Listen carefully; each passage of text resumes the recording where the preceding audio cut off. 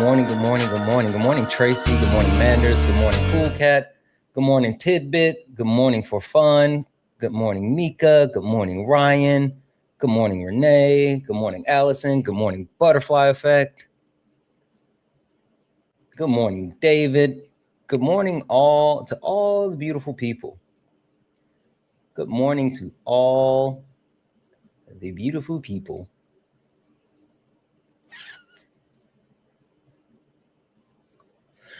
Good morning, good morning, good morning, good morning. Good morning, Kayla. Good morning, Calvin. Good morning, Nomad, your reality show. Let's see, over on the YouTube, let's see, good morning, Zumba. Good morning, VB. Who else do we have over on YouTube? Good morning. What up, Just Devin? Feisty. Miss Bella. Good morning. Good morning, little Kipsy. I think that's how you say it, little Kipsy. How are you? Good morning, good morning, good morning. The Spitfire Dragon, good morning. How are you? All right, guys, as we get in, if you don't mind, tap the screen, share the live, send your daily heart me. It's only one coin and will boost the live and push us out to the FYP. We are looking for some debates, so only request up if you are a Trump supporter or disagree with anything on the background. We're only looking for some debates. If you are a friendly, tap the screen, share the live, send your daily heart me. Right now, the daily gift goal are the little pink heart puffs. I'm going to keep resetting the daily gift goal to these little 1-cent gift goals. If we can knock those out a couple of times, it'll help push us out to the FYP. Like I said, we are here for some debates, so only how to partner. Only request up if you are a Trump supporter or disagree with anything on the background. Abigail, I'm telling you this now. I'm going to bring you in first, Abigail. And if you don't actually load in, I'm blocking you. I'm so serious. I don't know like what weirdo game you decide you want to keep playing, but I'm not doing this anymore. So Abigail, you're going to be the first one up. And if you don't load in, I'm just going to block you. FYI. Anyway, guys, keep tapping the screen, share the live, share the live maybe once or twice. That's really helpful. But more than sharing the live, if we can actually repost the live, that helps so much more. So please, please, please knock out the daily gift goal, which is the pink heart puffs. Repost the live and do the thing. Get in the box if you're a Trump supporter or disagree with anything on the background. Let's go. You stepped in the box. Now you're in the ring. Ain't no hugs here. You better take your best swing. Mike hot, who wanna step in the flame? This ain't a debate, this a mind game. Facts type lies, get left in chain. One wrong word, get slapped out your name. This ain't TikTok T, this a war zone talk. No script, no filter, no safe walk. Bring stats and get scrambled like a glitch. I got fire in my mouth like I came from the pit. Yeah, step in if you dare. Truth hit hard like a punch in the air. Ain't no rules, no plan, no script. One wrong move, get cooked real quick.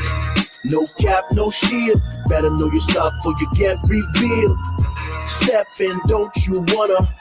Sparring with Santana. I don't care what you claim or your background. Facts only, if not, get clapped down. Whether you're left or right or you don't even vote. If your logic is weak, I'll sink your boat. You talk slick, but you ain't got source. Just vibes, that ain't power, that's force. I'm the test, the trap, the trip, the call. Hey. You slip once, I'm snatching it all. Yeah. Boom. Step in if you dare. You dare. Hit hard like a punch in the air. Punch in the air. Ain't no rules, no plan, no script. Yeah. One wrong move, get cooked real quick. No cap, no shield. No. Better know your stuff or you get revealed. Step in, don't you wanna? Sparring with Santana. Step in if you dare. You dare. Hit hard like a punch in the air. Ain't no rules, no plan, no script. One wrong move, get cooked real quick. No cap, no shield. Better know your stuff or you get revealed. Step in, don't you wanna? Sparring with Santana. Yeah. This ain't a safe place. It is not. This is flame space. It absolutely is. Sparring with Santana.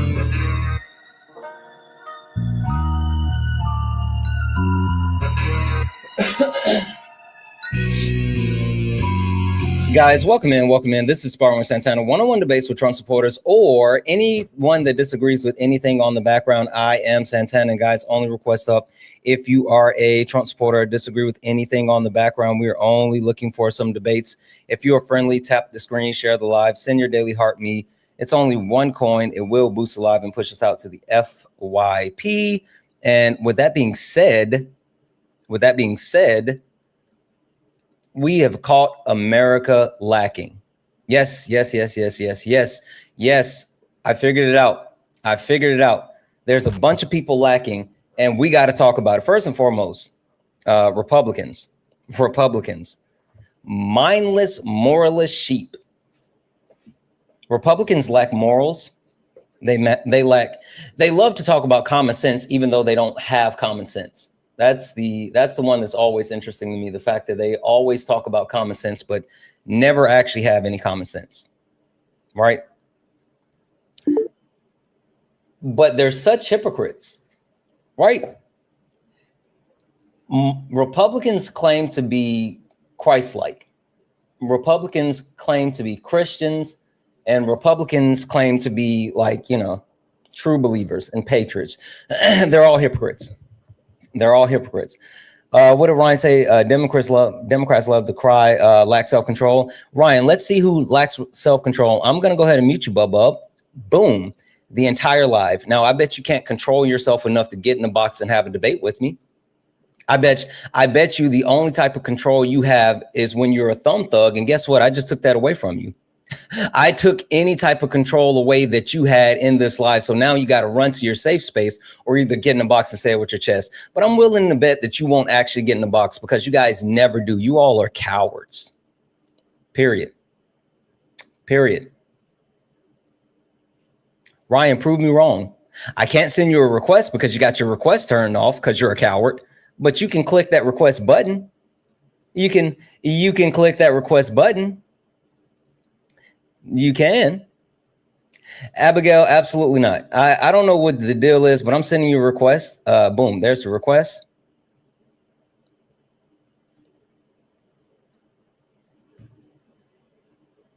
Are you coming up to debate or what? Because I'm going to block you. You hop in the box every single day, and then as soon as you get ready to get in, like you drop. It's weird. It's absolutely weird. Anyway, as I was calling out those mindless, moralist sheep on the Republican side, you know what I find funny about Republicans, conservatives, MAGA, all this other stuff?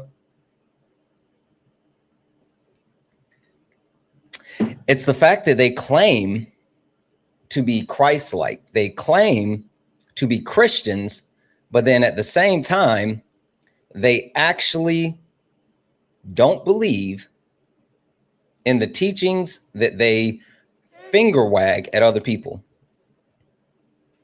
They virtue signal to other people that for some reason we're the ones that are wrong, while at the same time being the most amoral person, immoral, whatever, lack of moral people that we've ever seen. I'll give you this. So for those people who believe in the Bible book, for those people who deem to be themselves Christians, right?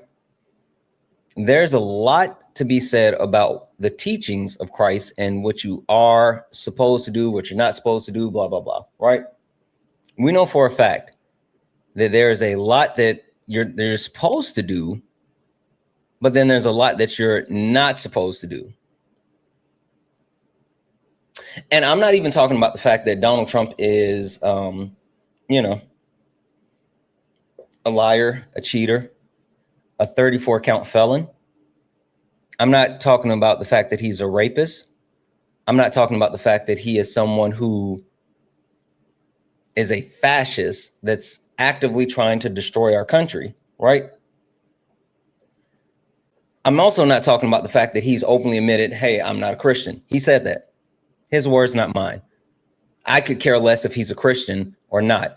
But MAGA Republicans, people on the right, has said that Donald Trump is the most pro-Christian president ever. But also Bibi Netanyahu has said he's the most pro-Israel president ever. I don't know how those two coincide. Zay, I appreciate you, but I'm sorry, I'm not looking for any Q&A. I want to debate. So like, I appreciate you, but I don't want to do questions this morning. I'm literally looking for some dates. Donnie said host is crying like his mama. No. I'm spitting facts, but Donnie, guess what? I bet you're gonna run away like your daddy. I just muted you and I sent you a request. I bet you're gonna run away like your daddy because you're a coward. You're a coward just like your daddy. Accept that request, Donnie. Accept the, oh, Donnie, don't keep denying the request, Donnie. There we go. Get up here. That's what I'm talking about, Donnie. Don't be chicken shit. Donnie, you said host is crying. What am I crying about? Yeah, you're crying. You're on here crying because you can't accept the fact that Trump is stopping the global warming. Stopping the global warming? Uh-huh. How is he stopping the global warming? Because he's introducing more fish to the water to regulate the seaweed level. When did he do that? Operation Fish Storm. Oh, so you're just making shit up. Got it. No, okay. You don't know how it works. When a deer grows up, turns into an elk, and they start eating the seaweed, it messes up the levels for the fish. So they got to add more trouser trout to the water. Okay. Operation Fish Storm. That's what you said, right? Yeah. Okay. Fish. Operation Trouser Trout. No. You said Fish Storm. Well, it's one or the other. Okay. Operation Fish is the only thing that came up, and that was in World War II. Told you. Like I said, that was in World War II. And that was in connection with Britain and Canada. So no, that has nothing to do with Donald Trump. So I guess he's not actually integrating fish back into the lakes, oceans, rivers, whatever. So you're wrong. Well, he did. So global warming's done in my city. We added the fish. Okay, you're stupid. Got it. Do you have anything of substance? Well, we voted for the trouser trout to be reintroduced in the water. So our global warming's done in my city. Do you have anything of any substance? Well, I just did. So proved you wrong. All right, that's cool. Not even funny. Anywho, like I said, Trump supporters actually pretend to be Christians. And the funny thing is, what's the Bible verse? Hold on a second. Let me get this up.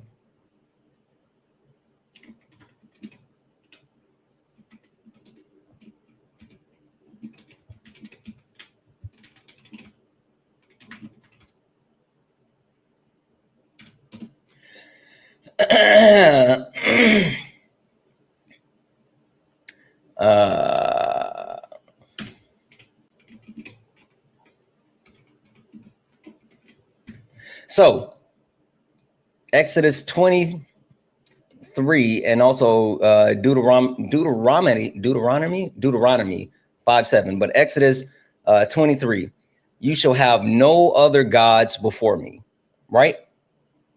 That's what the Bible says. And not only is that what the Bible says, but the teachings of the Bible talked about the golden calf, right? The Bible talked about the teachings of the golden calf, where they constructed an actual golden calf and God got jealous, melted the calf and all this other stuff because they were praising other gods, right? And the most interesting thing about that golden calf is the fact that MAGA Trump supporters, they never learn. They absolutely never learn. I want you to take a look at this.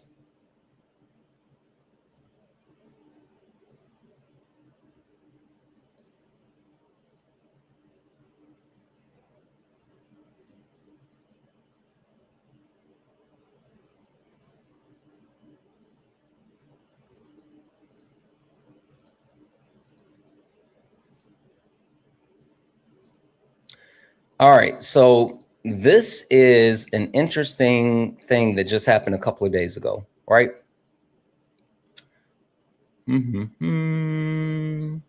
Oh, why didn't it load?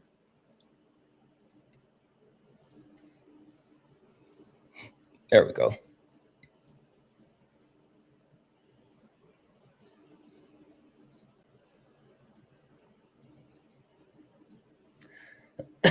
So this is a new statue, a statue that was erected of Donald Jimothy Trump. All right.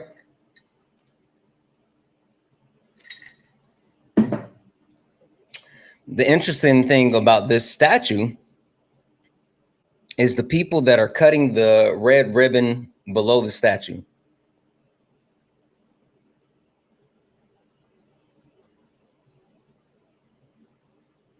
You see these people? The people that's cutting the red ribbon? Do you guys want to guess what they do for a living? Anyone want to take a shot in the dark as far as what these people do for a living? Yep. These are evangelical leaders. These are literally evangelical leaders gathering to celebrate the new golden statue of Donald Jimothy Trump. These are MAGA evangelical leaders. And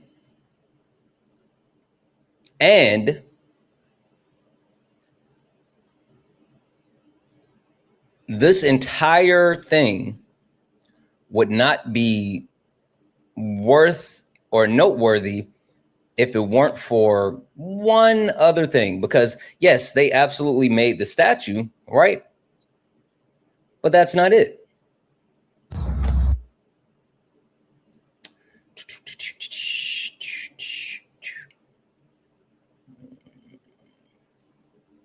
Oh, where'd it go? Where'd it go? Where'd it go?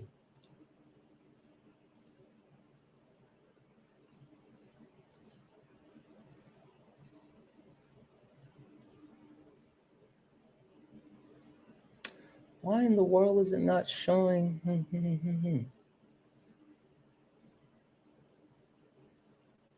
Let me close this out and try to reopen it. Sorry guys, 1 second. Boom. And then go here.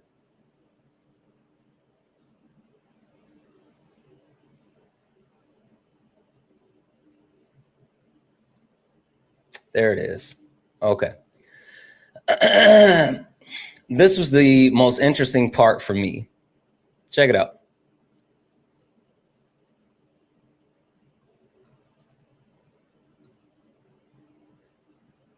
I want to make sure everyone can hear. Okay, sir. Hello, everybody. I want to thank you so much for being there today, and more importantly, for what you did. The statue is beautiful. You know, I saw it during the weekend. We had a big PGA tournament with a great champion, and all great champions, actually, but it was a great tournament, and I got to look at it very closely, and it's incredible. And I just want to thank you. I know it was done from love, and I want to thank Mark Burns, a pastor. He's a good pastor. He's a good man.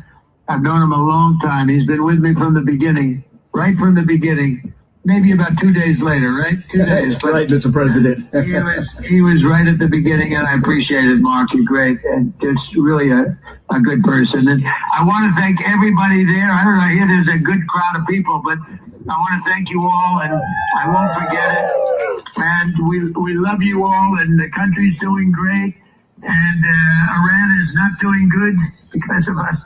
They are not doing well at all, and good things are happening, and I just want to really give you my love, and I wish I could be there where we want to make sure everything's going perfect on the war front. So I figure you can understand that, but we'll see you all around. I just want to again It's everybody is taking pictures of it. My people told me that it's unbelievable. All day long they're taking pictures. They stand up next to it and they have their picture taken. It really came out beautiful. I didn't know what to expect. I just want to thank you all, and we love you all, and God bless America. God bless you, sir. God bless you. We love you. God bless you, Mr. President. Love you, sir. Talk to you soon. Bye-bye. So not only did they actually erect a literal golden statue to Trump, but they're evangelicals,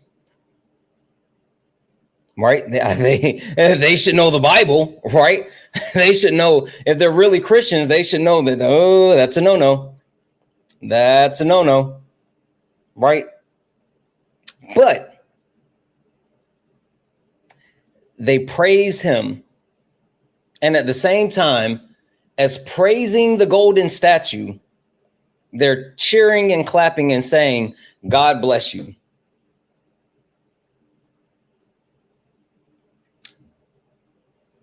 This is why I say they are mindless, moralist sheep.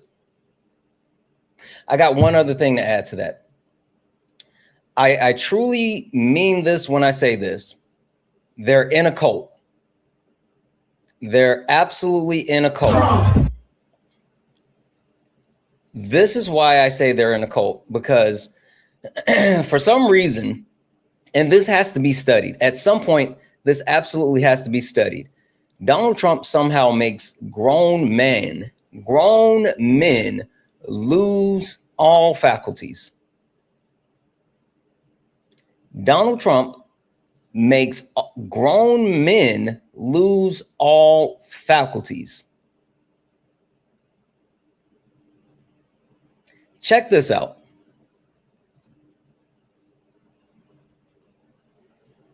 Trump, you are my daddy. Yeah, I do anything to make you happy. What is that? Oh, Donald T, can't you see?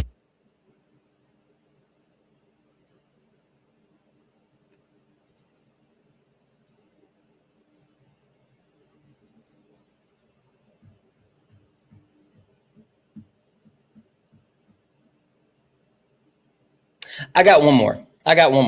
You know what? I played this the other day, but I think this is worth revisiting. I played this the other day, but I think this is worth revisiting because holy fuck, listen to this. And actually, instead of listening, you know what? I'm going to put it on the screen because normally I just let you guys listen to the audio, but I'm going to put it on the screen. To 2020.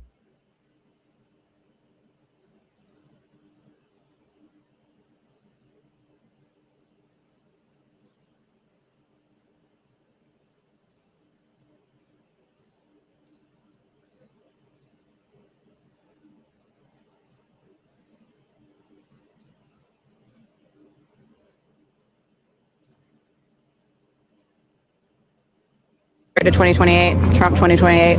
You want to see Trump run again in 2028? He'll win. But would you be okay with him running for a third term? I have no problem with that at all. Even if it's against the Constitution? I don't believe it's against the Constitution. I believe there's other routes there. And what would those routes be? I don't know. I'm not a constitutional lawyer. But if it was against the Constitution, which it is, would you still be in favor of it? I'm not in favor of breaking laws, no. Okay. So no Trump 2028. Trump 2028. All right.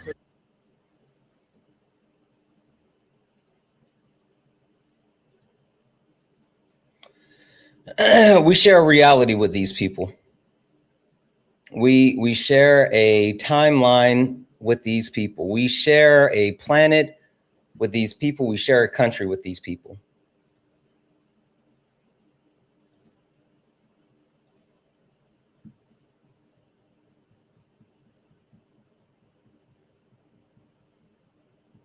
I'm not sure if this person is going to load.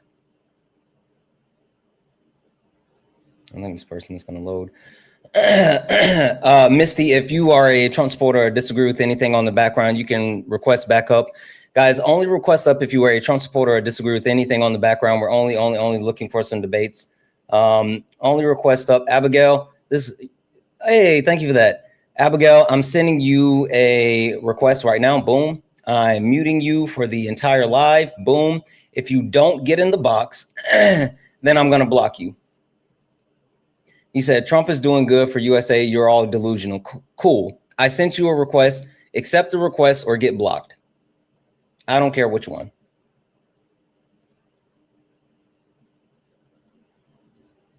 Thank you for the cake. Hi, are you a Trump supporter or disagree with anything on the background? Oh, I love Trump, yeah. Okay. All right. Give me 1 second then. Let's get to here. All right, question for you. Before we go too far, do you know who I am? Yeah. Oh, yeah, of course.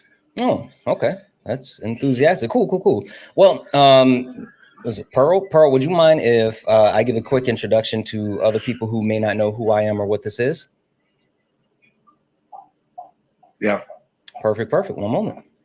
Ladies and gentlemen, welcome to the main event.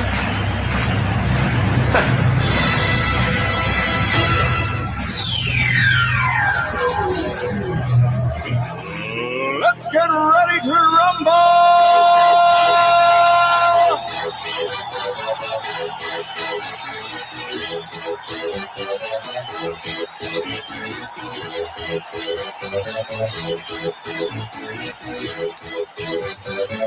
Y'all ready for this? Guys, welcome in. This is Sparring with Santana, one-on-one debates with Trump supporters or anyone that disagrees with anything on the background. I am Santana, guys. Only request up if you're a Trump supporter or disagree with anything on the background. If you're friendly and you like to support the live, you can do so. Cash App, PayPal, Venmo. Pay links in the link tree in the bio. Santana speaks for you. Santana speaks for you. It's the best way to support the live.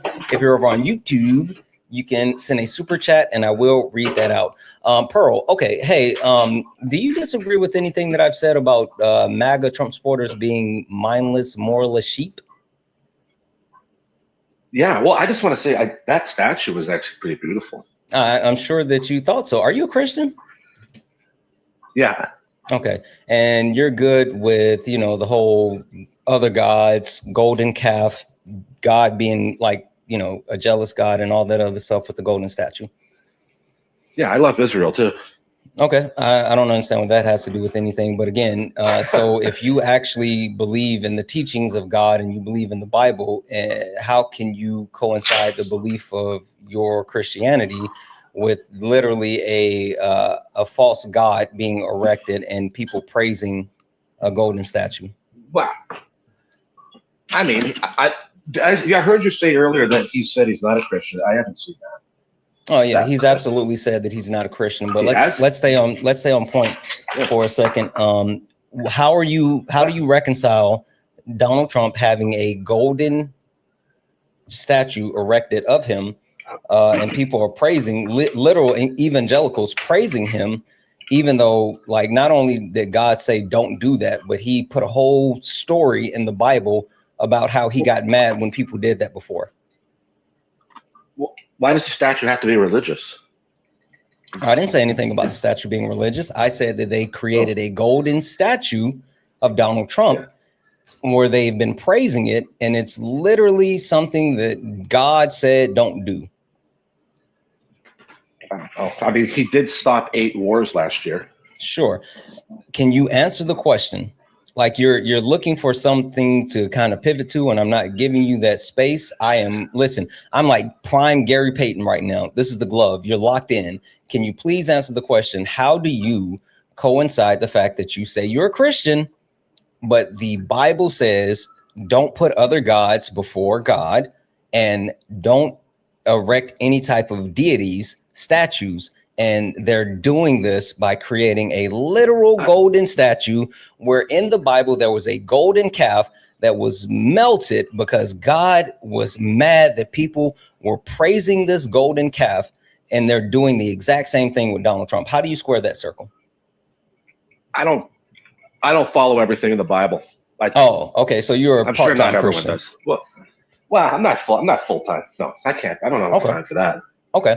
So how do you make the determination between when you're a Christian or when you're not a Christian? Do you have like a special sign that you turn on when you're going to start Bible thumping and then you turn it off when you're going to be immoral, or how does that work?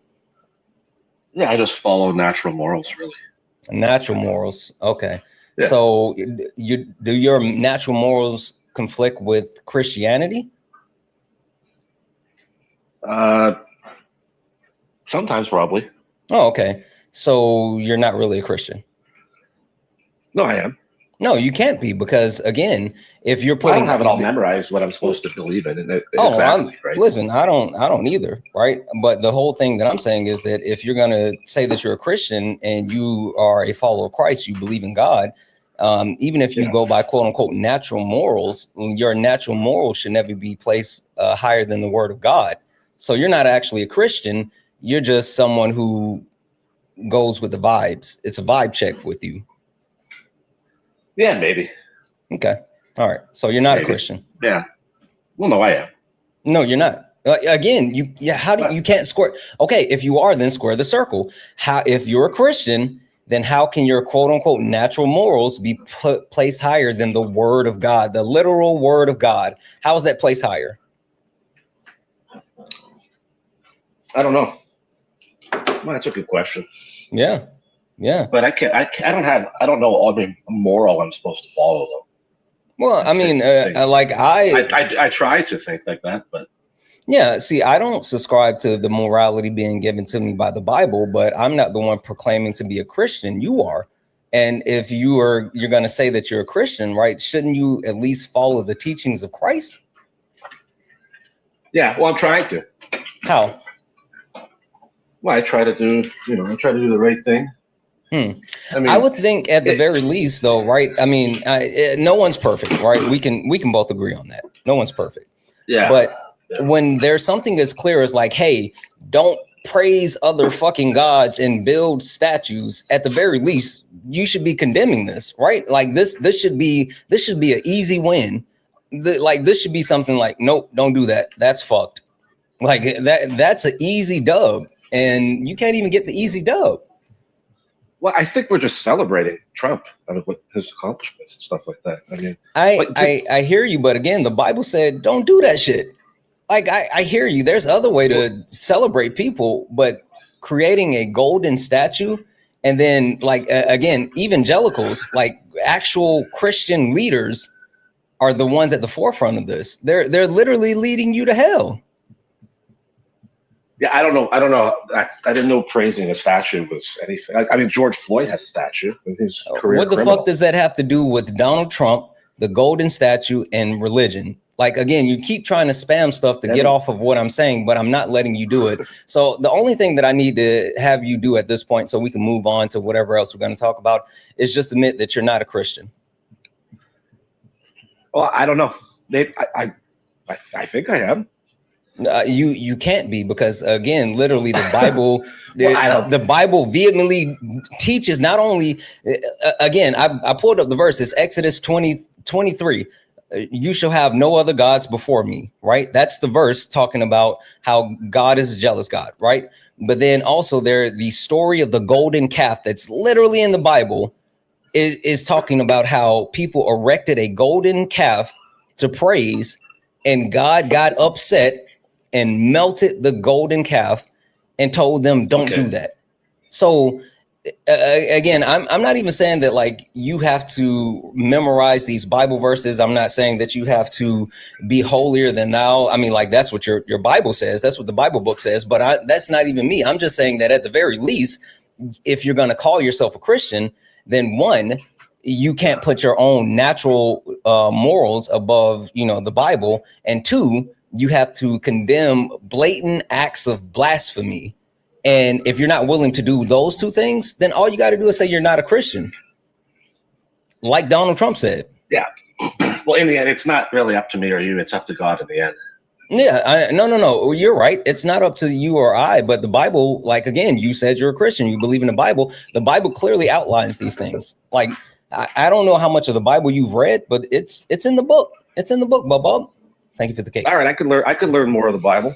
Yeah. Okay, so can you just admit you're not a Christian? Well, I don't know. I can't admit that.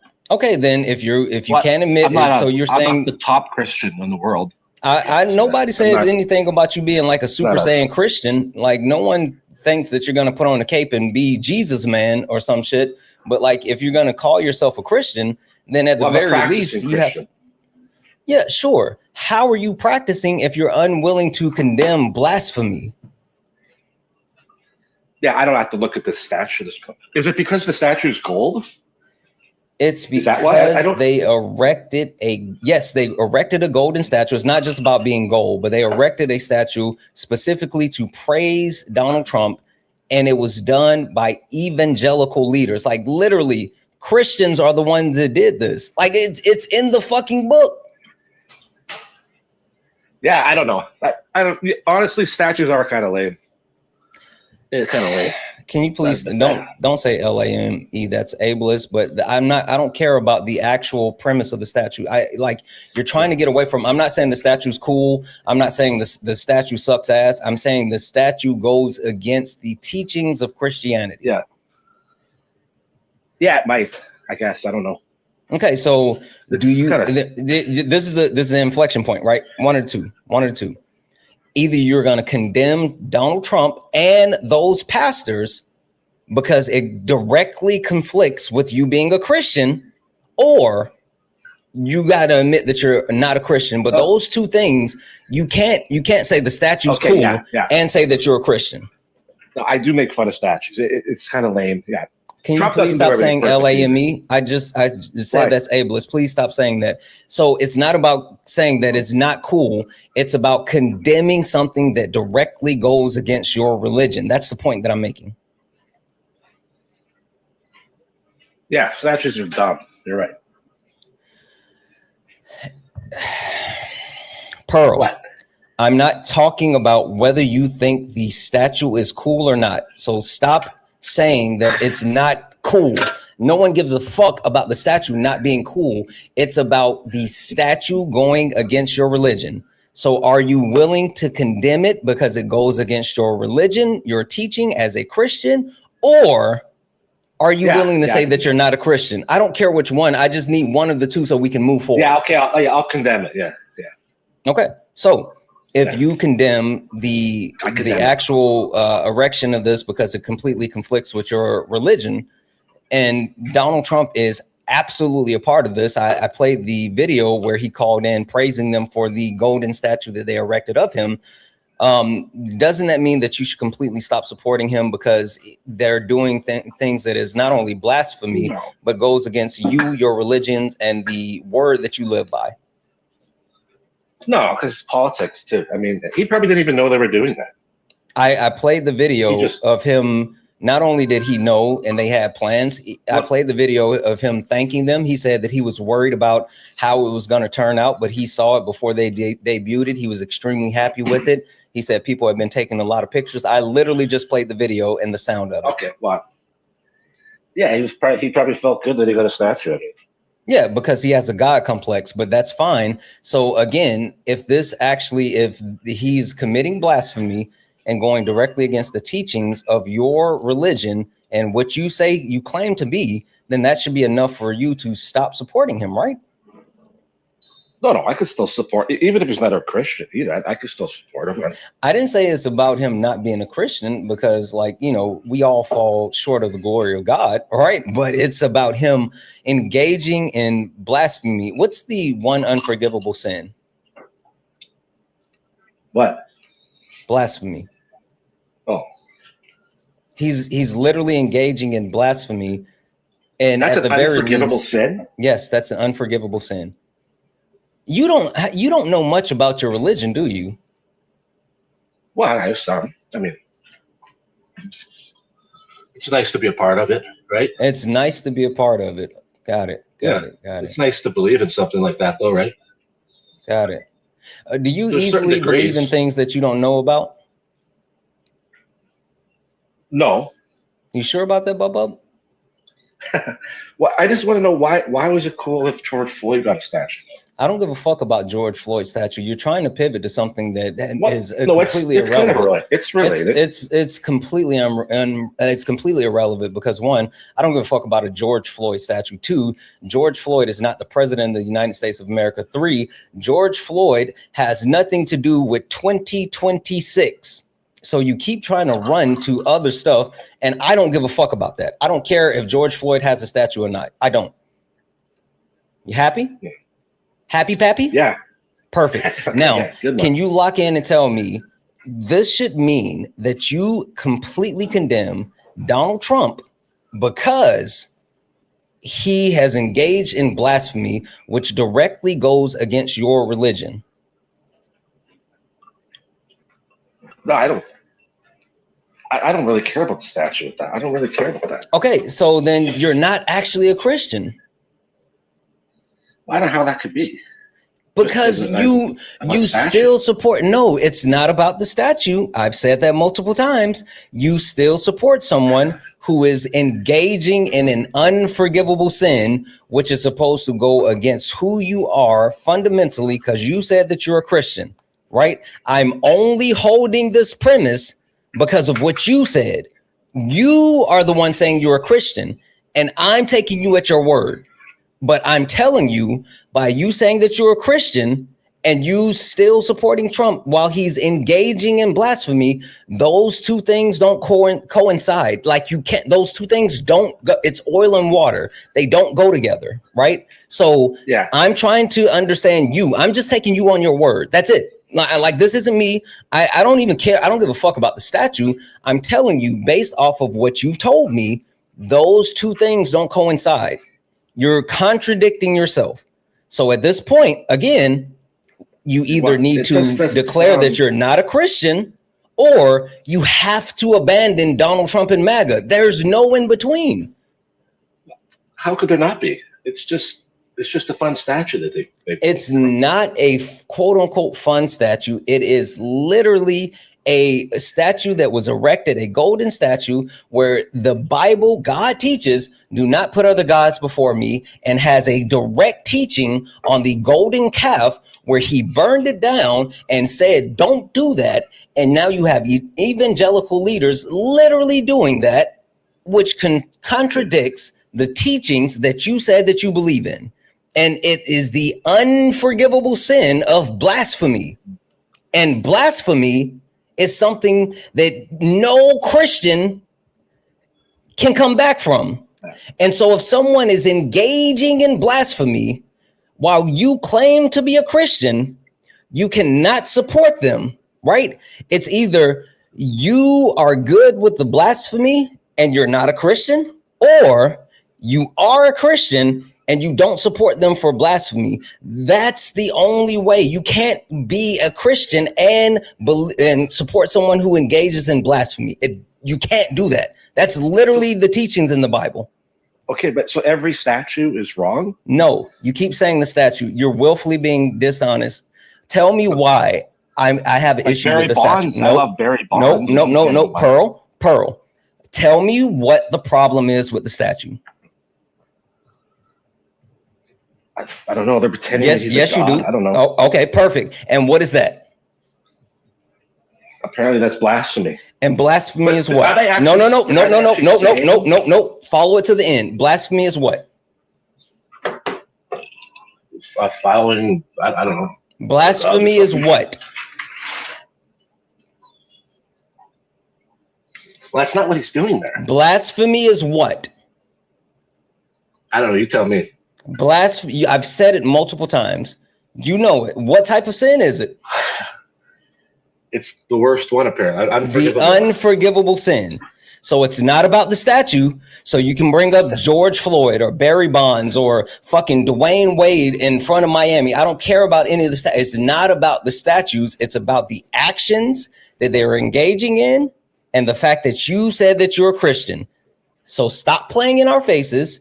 It's about blasphemy, and it's about you saying that you're a Christian. It's not about the statue. So at this point, Pearl, this is your reckoning. This is your inflection point. Either you have to admit that you are not a Christian and you're good with blasphemy, or you have to condemn Donald Trump and the blasphemy and say, I can't support him because he is committing the unforgivable sin that directly contradicts with my religion, which you said you're a Christian. I didn't say that you're a Christian. You said it. I don't know. You're pretty good at twisting the whole thing. You're pretty good. I'm just laying out the facts as they are. I'm just looking at it as a statue. You can't. It's literally if the Bible didn't say that, then you could. Else. If the Bible didn't say that, you could. But the Bible, the literal word of God says that this is blasphemy. Exodus 23. And then let me get the story about the golden calf. I got you. Hold on. Maybe this will help a little bit more.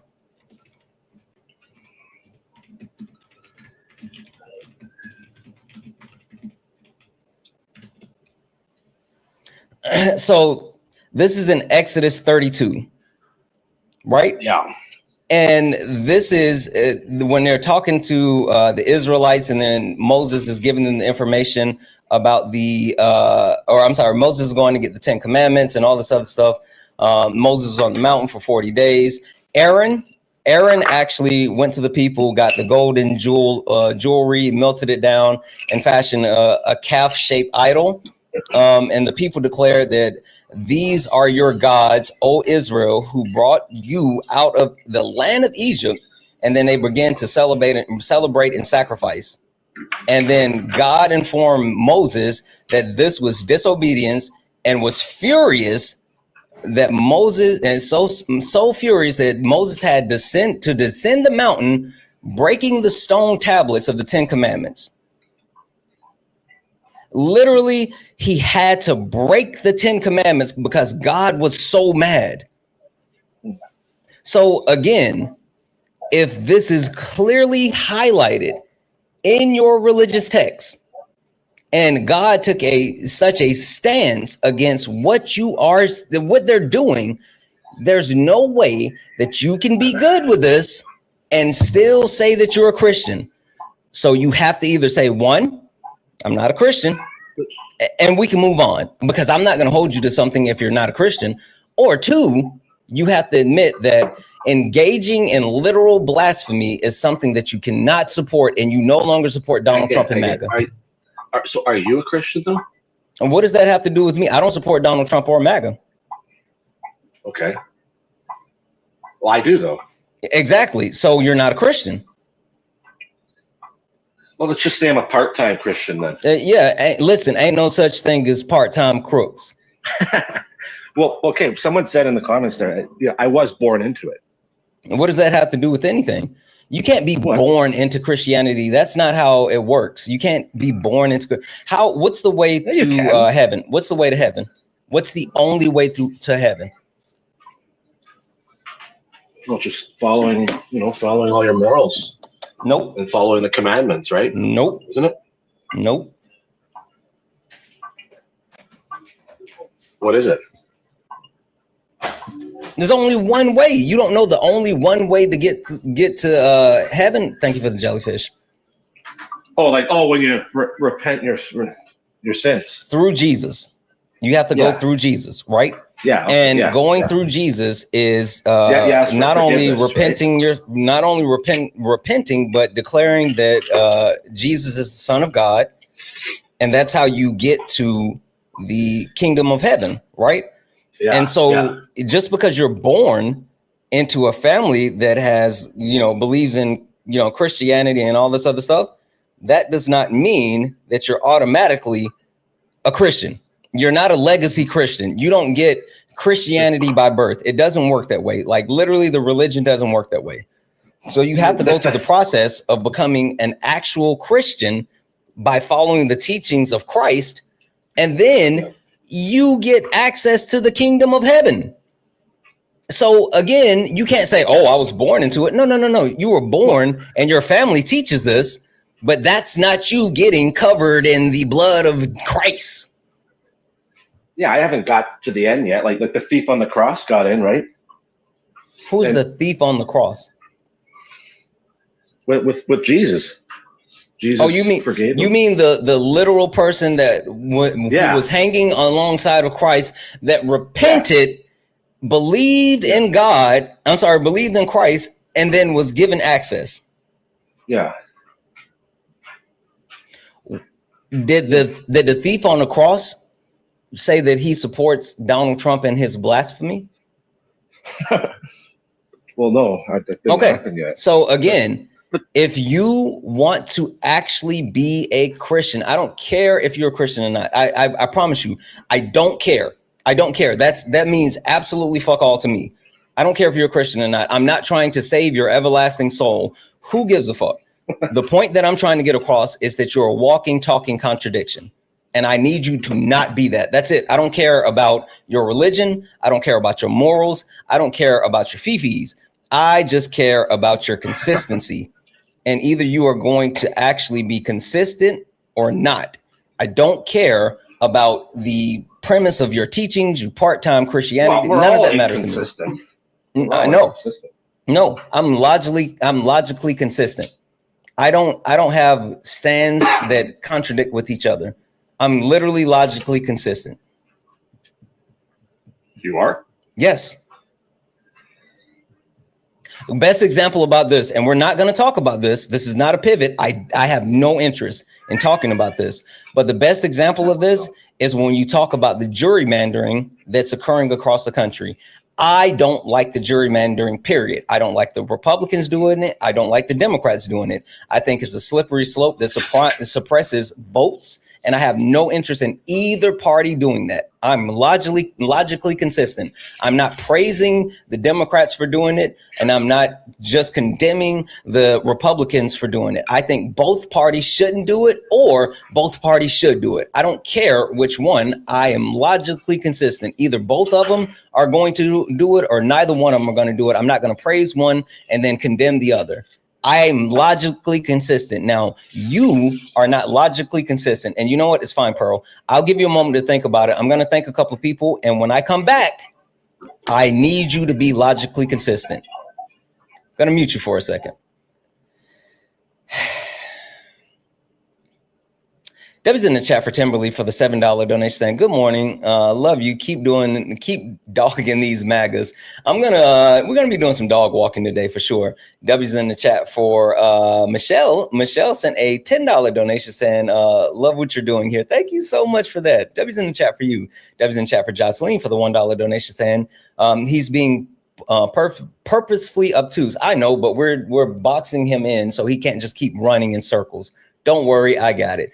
Debbie's in the chat for Kristen for the $4 donation saying crazy people are so hooked on Trump that they'll go against their own beliefs just to defend this creep. It's actually comical. Thank you for what you do, Santana. Absolutely. Thank you. Debbie's in the chat for Rebecca for the $5 donation saying at this point, Trump is trolling his base and they're so brainwashed and prideful. They're playing right into it. Exactly. They won't let it go. Debbie's in chat for Mike. What up, Mike, for the $2 donation saying, well, at least you got a debate. Good morning, sir. Absolutely. Good morning. And last but not least, Debbie's in chat for Megan for the $1 donation saying, happy pappy? Absolutely. Debbie's in the chat for Megan. Guys, if anyone else would like to support the live, you can do so. Cash App, PayPal, Venmo, pay links in the link tree in the bio. Santana speaks for you. Santana speaks for you. It's the best way to support the live. If you're over on YouTube, you can send a super chat and I will read that out. Only requests up if you are a Trump supporter or disagree with anything on the background. We're only looking for some debates. Only requests up if you're a Trump supporter or disagree with anything on the background. We're only looking for some debates. If you're friendly, tap the screen, share the live, send your daily heart me. It's only one coin. It will boost the live and push us out to the FYP. If you could knock out the finger hearts. The finger hearts is the daily gift goal right now. So could we knock those out? Also, W's in the chat for Kelly for the 25 bits over on Twitch. Here's my preemptive kick fund. Hopefully everyone has a wonderful, sexy Saturday and gets hydrated and snacks ready for some beatdowns. Also, my name is Killy. Oh, Killy. Oh, got it. W's in the chat for Steve for the 1 bit. And we're all caught up. Oh, sorry, one more. W's in the chat for Christine for the $2 donation saying, to Pastor Santana for teaching Christians about Christianity. Wow, this conversation is very eye-opening. Much love, Christine. Debbie's in the chat, Christine. Thank you so much for that $2 donation. All right, Pearl, the floor is yours. It is your opportunity to become logically consistent and to either condemn Donald Trump and MAGA because you're a Christian, or to just admit that you're not a Christian, you're good with it, and we can move on. Okay, I'm a part-time Christian. Does that work? Nope, those aren't the two options. You got option A, you got option B. Hell, that doesn't even make sense. It literally makes sense. You saying that you're a part-time Christian doesn't make sense because, again, show me in the Bible where there's any type of teachings as far as part-time Christians. But the actual point that I made is logically consistent. Yeah, if you can't claim to be a Christian while supporting someone who's actively engaging in blasphemy, and so if you're going to be a Christian, then you have to condemn someone who is actively engaging in blasphemy. If you're going to support someone who's actively engaging in blasphemy, then you can't be a Christian. Like it's option A, option B. So how does it make it a religious thing because there's just we're not going backwards. I've already told you. You walked through it and you said it yourself. Don't play as if you don't understand because you're trying to backpedal. I made you say the things back to me. I know that you know. I'm not going to do that. Now, is it option A or is it option B, Pearl? Okay, yeah, let's just do B and we can move on. So B is you're not a Christian. Yeah. Okay, so you're admitting that you're not a Christian. Yeah, let's do that. All right, so as long as you're admitting that you're not a Christian and you don't believe in Christ and you're good with going to hell, then I'm good. All right, perfect. Are you a Christian? What does that have to do with what you just admitted to? I'm just curious, though. No, I'm not a Christian. You see how I'm not a Christian? Oh, no. See, I'm not a Christian, but I do believe in a higher power. I was raised as a Christian, right? I spent my youth in a Southern Baptist church learning about the Bible. I spent my early parts of my adulthood in a Church of Jesus Christ, right? A non-denominational. I've studied the Bible in and out, and I don't believe the teachings of the Bible. I don't. It's logically inconsistent, but I do believe in a higher power. But again, this is not my cross to bear. It's yours. These are my crosses. What are those? Literal crosses, like literal crosses. Okay. Anywho, I don't have to worry about that because you're the one that's logically inconsistent with your thoughts, but now you're not because you're admitting that you're not a Christian. If you're not a Christian. Yeah, but how are you wearing crosses if you're not a Christian? Because again, it's not about being a Christian. It's literally not about being a Christian. You don't know the things. That's why you said, that's why you can't be a quote unquote part-time Christian. You haven't actually learned any of this stuff, but you're standing up here and you're believing the stuff without knowing the stuff. Like you fucked yourself. You Pearl screwed Pearl. Santana didn't screw Pearl. Pearl screwed Pearl.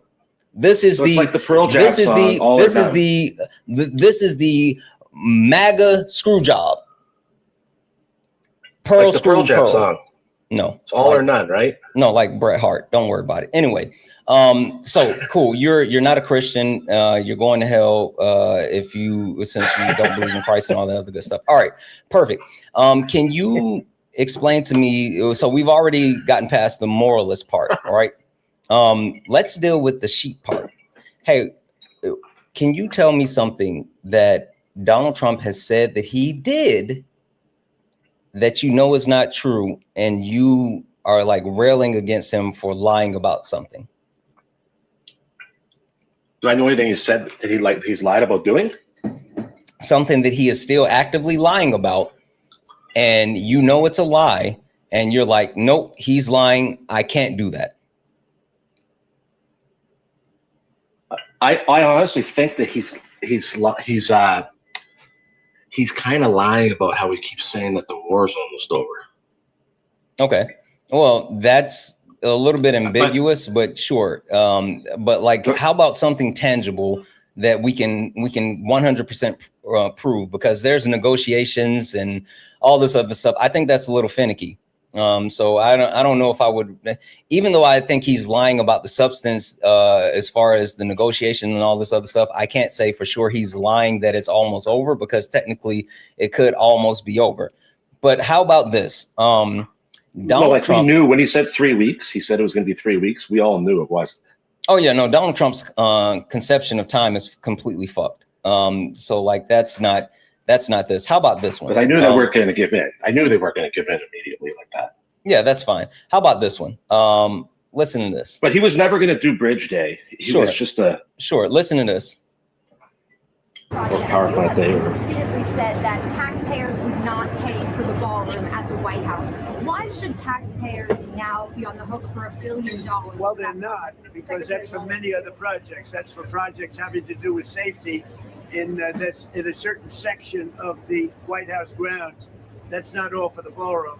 And we're putting up $400 million to do the ballroom section of the ballroom. We are putting that up privately. I am doing it along with other patriots that love our country. But they want to do certain things militarily with respect to the ballroom, having nothing to do with us or having to do with the safety of the president. So having to do with a lot of things, but we are going to have a safe ballroom. It's under construction. It's ahead of schedule. It's right on budget. It would be $300 to $400 million that we're putting up. And a lot of that money will be going to safety also. But the House approved, or the Senate approved, I guess, or they're looking at approving. I don't know if it got approved yet, but they're talking about putting up a certain amount of money having to do with security at the White House and the East Wing. Yeah. Okay. So, yeah, that was Donald Trump, the ballroom, right? He said that the ballroom was going to be paid for by private donors and himself. But now the Republicans in the Senate has put together an initiative of $1 billion to cover the costs for the ballroom. Can you call out Donald Trump for lying about that? Did he initially say he was getting just donors? Yep. He's been on the record over and over and over saying that the American people are not going to pay for this. This is going to be paid for by private donors. He started by saying that it was going to be 300 billion. Then he said, 300 million. Then he said 400 million. And he said the money was all coming together from private donations. He even rolled out the private donations for the companies that it came from, like companies like Palantir. And then he even used like settlements that he got from like lawsuits and said that it was coming there. And now he has gotten the Republican-led Senate to put up a piece of legislation that would allocate $1 billion to the construction of the ballroom. Yeah. Well, maybe those donors weren't coming in. Well, Donald Trump said the donors did. I don't know if they did or did not, but Donald Trump claimed that he had gotten $400 million in donations to build the ballroom. That was his claim. I'm not saying that it did or did not. Pocketed that and then is looking for. Sure, that's fine. I don't care. But can you condemn him for lying about the fact that he said that the American people, he said the American people were not going to be paying for the ballroom, yet he now has Republicans putting forth a piece of legislation requesting $1 billion to actually build this ballroom. Yeah, it sounds like the donations didn't come in. I don't care about the donations not quote unquote coming in. I care about the lie. Yeah. So can we condemn Donald Trump for lying? Yeah, maybe. Yeah. No. If you showed the proof there, is that he was saying there we need to get the money there, right? From $1 billion, you said? He was saying why is that it $1 billion now? Exactly. That's the point, Pearl. Why is it $1 billion now? Yeah, I didn't follow the whole ball. What do we need the ballroom for? Is it we just don't for safety? We literally don't. Donald Trump has made this a pet project of his, and so now he's saying that, oh, we need this ballroom, and under the ballroom they're actually building a bunker. Hey, you know who also built a ballroom with a bunker underneath? Who? Hitler did it. Donald Trump, like literally do you know about the arch that he's building? No. What's that? He's trying to erect an arch in DC, like one of the like massive arches that people can walk through or whatever, and he's kind of calling like the gateway to DC or some shit. You know what I'm talking about? Oh, I think I saw that. Yeah. Okay. You know who else wanted to do that? Who? Hitler wanted to do it. Hitler tried to actually create an arch that looks exactly like the one that Donald Trump is portraying. Hitler wanted to put it in Germania. Germania was supposed to be the name of the land after like Germany continued to conquer, and so they constructed this this actual imagery of an arch that they wanted to lead into Germania, and it looks exactly like the arch that Donald Trump is putting in DC. But you know, Hitler couldn't copy Trump. Hold on, Hitler couldn't copy Trump because you know Hitler died before Trump, so it must mean Trump is copying Hitler. Well, maybe he just likes how it looks. Or he's a Nazi and believes in Nazi ideology and has placed a bunch of Nazis in our government. Well, I've never seen any proof of that, though. I can prove it. Of Trump being a Nazi? Of Donald Trump putting Nazis in place in our government and also doing Nazi shit. Yes, I can prove it. Like who? Would you like for me to prove it? Yeah, who in the government? Okay, hold on. So if I can prove this, that Donald Trump has put Nazis in place and they continue to do Nazi shit, along with the fact that Donald Trump says he's not a Christian, he's engaging in blasphemy. Are you willing to say that you no longer support Donald Trump if I prove it? Well, how could that be when he is supporting Israel? I'm not interested in answering how could that be. I'm only interested in actually showing you the proof. Supporting Israel. Listen, I don't care about the questions. I care about proving the things that I say, and I can prove what I just said. So would you like the proof of him putting Nazis in place and doing Nazi shit? Yeah. Okay. And if I prove that he's putting Nazis in place and doing Nazi shit, are you willing to stop supporting him? What? No. You're not. No, because it's not true. No. I need you to lock in for me on this one. Hold on. If I can prove what I'm saying to be true, not if I just make the allegations. I listen. If I'm just making allegations and you're saying, well, that's not true. Listen, I can't blame you for saying something's not true if I don't prove it. But if I can prove what I'm saying, are you willing to stop supporting him? Well, what if you're wrong? Then you have to support him? Sure. If I can't prove it, then I'll support Donald Trump. I'll literally buy a MAGA hat if I can't prove the shit that I'm saying. Thank you for the jellyfish. Well, yeah. I mean, I can't do that because that's how confident I am. Well, let's just see what you think. Like, no. I'm not about to go through this exercise if you're not actually going to be willing to engage in good faith, because this is going to be something where I'm going to lay out details, tedious details. I'm not making claims. I'm not just going to say like, oh, this is what was said, and then just go from there. I'm going to literally lay out step by step, multiple layers of evidence, detailed information, and prove the things that I'm going to say. And if I'm going to do this, I need to know that there's a payoff in the end. And the payoff in the end has to be that if I can prove it, you're going to stop supporting Trump. And if I can't prove it, I will literally become blagger. I will buy the hat.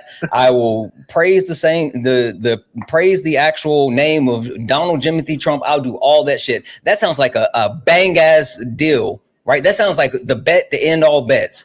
Either you stop supporting MAGA or I start supporting MAGA. That's a hell of a deal. Yeah, look at my hat. Yeah, sure. If I can't prove the shit that I'm saying, then I'll get one of those hats too. But if I can prove it, you got to throw that shit in the trash. I'm not throwing it out. You have to, because you have to stop supporting Trump. Is it a deal? I can't stop supporting him just because of you. No. It's not about supporting him because of me. It's because I'm proving that he is someone that believes in Nazi ideology and he's been putting Nazis in place within our government. Well, let's just hear your thing. Nope. I need a commitment before we do this. I told you. I'm not going to. I literally told you why. It's because this is going to be a long, detailed. You're not going to wait. You're not going to believe the proof. No. Okay, so perfect. That's okay. You don't have to believe the proof. You've now. Wait. Hold on. It can't be real the way he's supporting Israel now. Wait. You've now hit two of those three things that I have in the background. I said Republicans are mindless, moralless sheep. you actually completely shot down the morals thing because you claim to be a Christian, and now just because I proved to you that you can't be a Christian and support Trump, you are no longer claiming to be a Christian, so you don't have those morals. You're a sheep. Really hold on, you're a sheep because I'm sitting here saying that I have proof of this thing, and you're saying even if I show you the proof, you're not going to believe it. So therefore, you're a sheep. I think we're good with those two of the three. Now let's break down the mindless thing. Question for you. Donald Trump has said that he was going to actually be good for the economy, good for not only the economy, good for energy, good for like all of these other things, right? Would you say that Donald Trump is good for the economy? I mean, is the Dow not at 50,000 right now, like you said it was going to be? I don't know where the Dow is at the moment, but the Dow has nothing to do with the actual overall economy. It's just a portion of the economy. But again, the question I have is, would you say that Donald Trump is good for the economy? Yeah, I mean, like everyone who's got stocks, they're up since he's been in the last few years. I'm up. So you would say that Donald Trump is good for the economy. Now, while you say that Donald Trump is good for the economy, Donald Trump is actually admitting that people don't think that he's good for the economy. And even more so, he doesn't understand why people have an issue with him and the economy. Listen to this. I'm starting to get great polls on the economy, which I think the polls on the economy they're not great. They should be great. They should be. So why aren't they? If you believe that, I don't know. I mean, look, I've got Americans tell us, we hear this. I mean, we're going to get into the economy later, but they tell us they don't feel it. Just so you understand. Yeah. I have $18 trillion being invested into the country. Biden had less than $1 trillion for 4 years, and the whole country was going to credit. When does America feel it? Do you know that if they won that election, and we won in a landslide, do you know if they won that election, this country I think it was finished. I actually think it was finished. Okay. So Donald Trump is openly admitting that the polls suck. He doesn't know why they are bad, but blah, blah, blah, blah, blah. Right. So when talking about the economy, you mentioned the Dow, and sure, the Dow is absolutely a part of the economy. Right. Yeah. But it's not the economy. The Dow is just a fraction of the economy. There's multiple key indicators that make up the economy. A couple of things that make up the economy is consumer price index, unemployment, the interest rate, inflation, all of those things, right? Is unemployment down? Yeah. Actually, that's something I'm gonna show you. Don't worry, I got you. Now, before I go further, can we both admit that Donald Trump is the most unpopular president in modern day history? Well, no, he's won 2 terms, and he actually won 3, but one of them was fixed. Sure, that's not what I'm saying. I said, can we both admit that he is the most unpopular president in modern day history? Well, a lot of people hate him on the other side. I know that. A lot of people hate him on your side as well, but that's fine. Let's take a look at this. That's fine. I got you. Let's take a look at this. What's his approval rating? Oh, don't worry. I got you. That's literally what I'm going to show you. So let's start here in a second. And guys, while I get this going, if you like to support the live, you can do so. Cash App, PayPal, Venmo, pay links in the link tree in the bio. Santana speaks for you. Santana speaks for you is the best way to support the live. If you're over on YouTube, you can send a super chat and I will read that out. All right, boom. So let's start here. This is the first year approval ratings of the most recent presidents, right? And this calls out the fluctuation of the approval ratings for the first year. Now, if you take a look at where Donald Trump is, he sits down at the bottom at 39%, right? That was his first year of presidential approval in his first term, right? His first term. Well, the country's so hold divided. on. Wait 1 second. I mean, this is wait. This is his first term, right? So, understanding that this is his first term, it was at 39%. It was 39% at his first term. Now, if you had to take a guess, just an actual shot in the dark, throw the dart against the wall, would you say that he is doing better after a year in his second term than his first term? Well, he's doing better now. Okay, perfect. Thank you. I'm glad that you said that. So, no, but these numbers. Hold on. The country wasn't so divided. That's fine. I don't want to hear you make excuses. I just want to lay out the facts. Like I don't even know if those numbers are real. We can talk about the actual. Sure, we can talk about the actual your excuses in a moment. But let's talk about the. No, but how do we know that those numbers are real? That you didn't just make them up? Yeah, I didn't make these up because these come from actual polling and approval numbers that have tracked historical presidential polls. But that's fine. We'll talk about it in a moment. You're running from the evidence. So this is talking about Donald Trump's approval rating for the first 462 days. And this talks about now a call out. This was on April the 27th. So this is like a week old. But as of 462 days into his term, Donald Trump's approval rating is -17. It did take a 0.5 increase from the week prior, but his current rate at that time was 38%, which is lower than where it was his first year in his first term, right? So by the statistical measures, Donald Trump is the most unpopular president in modern US history, right? Now that's just part one. Now, when you said Donald Trump is good for the economy. Cool. Let's look at what Donald Trump has done for the economy. Now, there's a couple of things that make up the economy. Easiest place to start, gas prices, right? And so gas prices, I'm going to show you this, and then we're going to take a look at how it's different, right?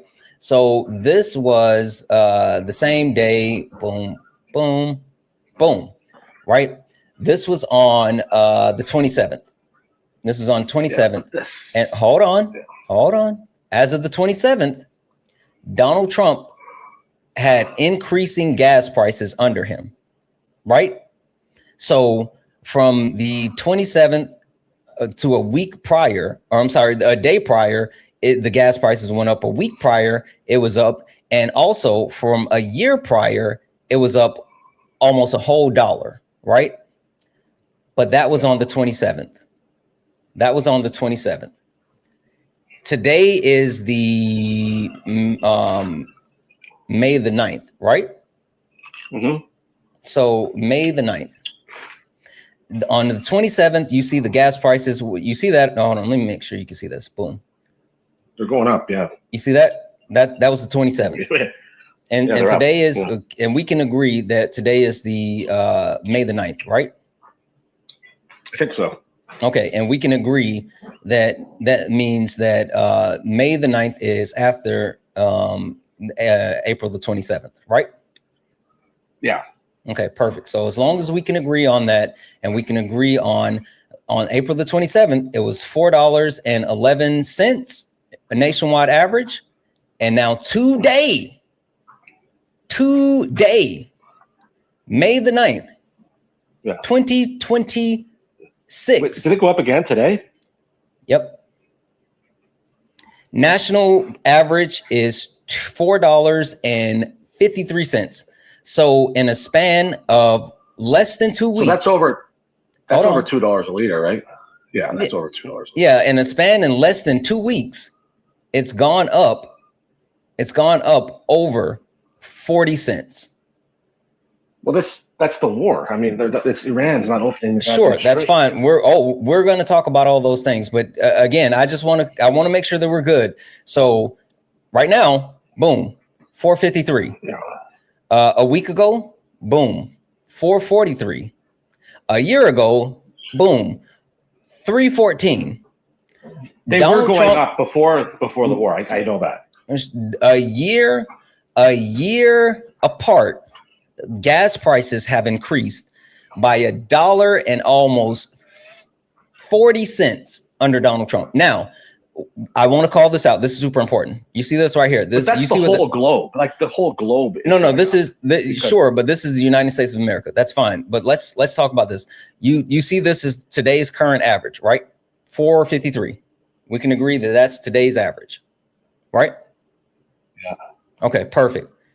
Do you know what the nationwide high is? The highest rate in United States history for gas prices right now? No. No. The actual high was on June the 14th, 2022. After COVID, it reached $5.016 a gallon, right? What was it during COVID? $1.50? I'm sorry? At one point during COVID, it was like $1.50, wasn't it? I don't know what during COVID is. Well, I mean, like the whole during lockdown. There was like a whole year where it was. Oh, you said during COVID.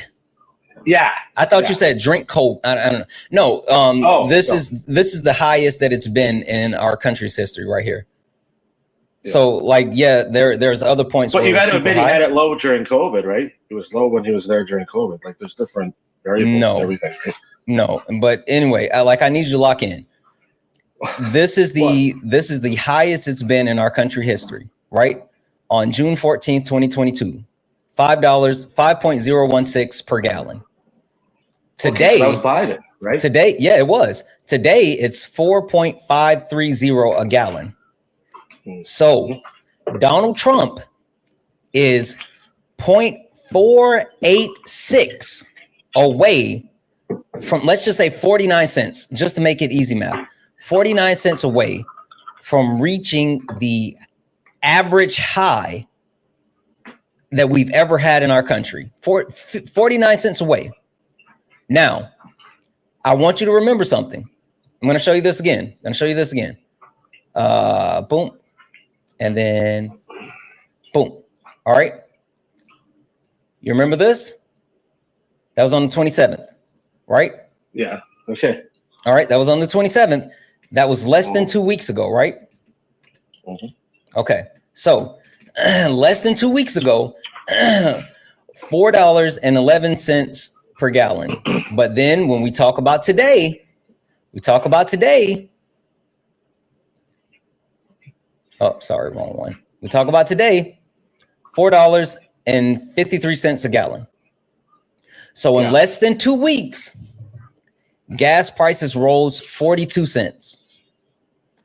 Looking at the recent trajectory, right? The fact that it has trended up month over week, over day, it's trended up.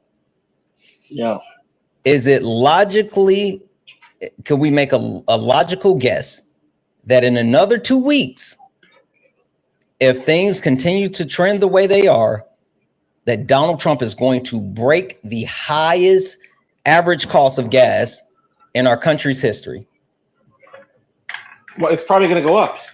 Okay, I so mean, they won't open the Strait. Okay, so perfect. So we're preparing for the highest per gallon cost of gas in our country's history. I mean, he could do Bridge Day right now, and then it goes down. Yeah, fine, but he's not. That's fine. Okay, perfect. So we've already talked about, and we've hit the conclusion that when it comes to gas prices, Donald Trump has increased gas prices, which is a negative impact on the economy. Now, like I said before, the economy is not just one thing. The economy is made up of a multitude of things. Let's talk unemployment. Donald Trump has been negative for unemployment. He has spiked the unemployment rate. And when I say that, I only say that because it's literally true. If we take a look at where unemployment was when Donald Trump got into office and what it's done since, whew, in January, it was 4.0. Since January, it's continued to trend up, right? And the highest that it's been was in November when it was 4.5. And then in March, where it was 4.3.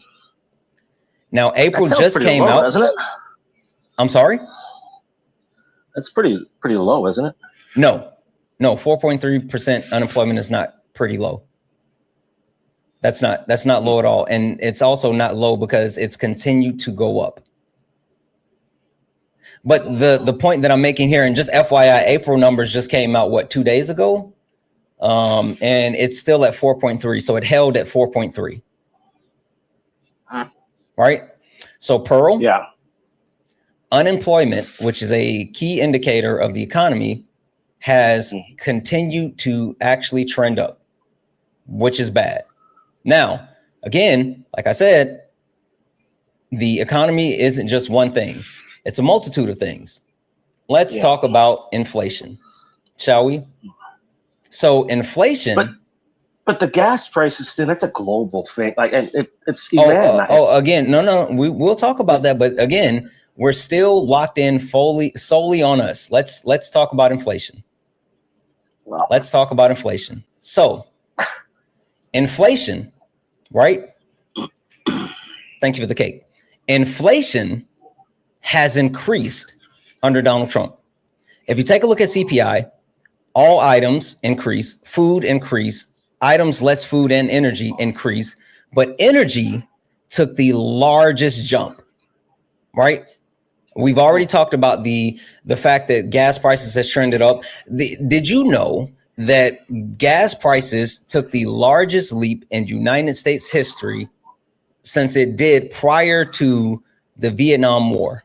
Donald Trump and his engagement caused the largest increased prices in energy. Hey, you know what's funny about Donald Trump actually causing such a massive spike in energy costs?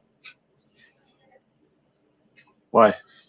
It's because Donald Trump himself touted that not only was he going to be good for the economy, but Donald Trump said that energy was going to go down. Not only did Donald Trump say energy was going to go down, Donald Trump promised that energy was going to go down within the first year of him. Wait.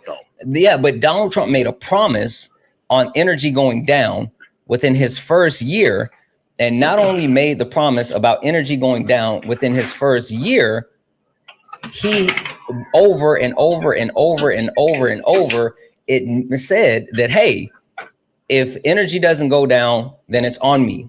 He literally said that. And to be clear, you and I just took a look at the gas prices, and you and I can admit that the gas prices have not gone down, right? Well, I mean, as a fact, yeah. It's okay, bad, perfect. Yeah. Perfect. So if you and I can admit that as a fact that gas prices has not gone down, then why is Donald Trump saying this?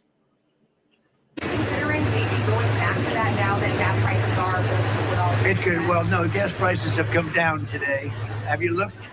They've come down very substantially today. The gas prices, you know what's happened today? Gas prices are way down and the stock market is way up today. So gas prices have come down, and I saw today that they broke negatively.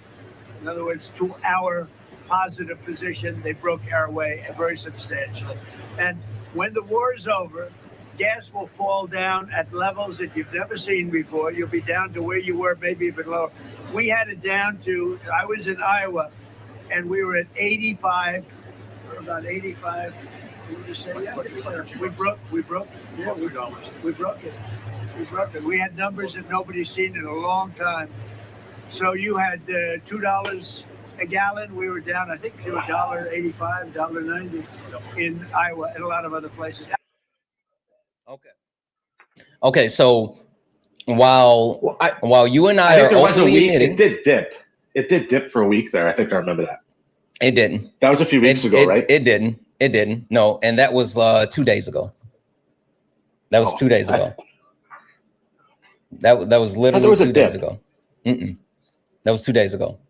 Now, you and I just all presidents, but all candidates kind of they're going to. He's not a candidate. He's not a candidate. He's the president of the United States of America, and he not only did he make that promise prior to getting in office, he's been consistent and persistent with saying that things are down. Donald Trump is actually the one who continues to say things are down, and don't believe what you guys are seeing. Donald Trump is saying like it's about our lying ass eyes. Like Donald Trump is calling you and everyone else stupid. Actually, hold on, I got you. Listen to this.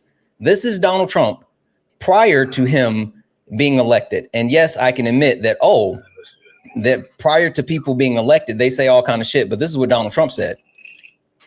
Economic plan, we will cut your energy prices in half within, mark it down, and you can get very angry at me if we don't do it.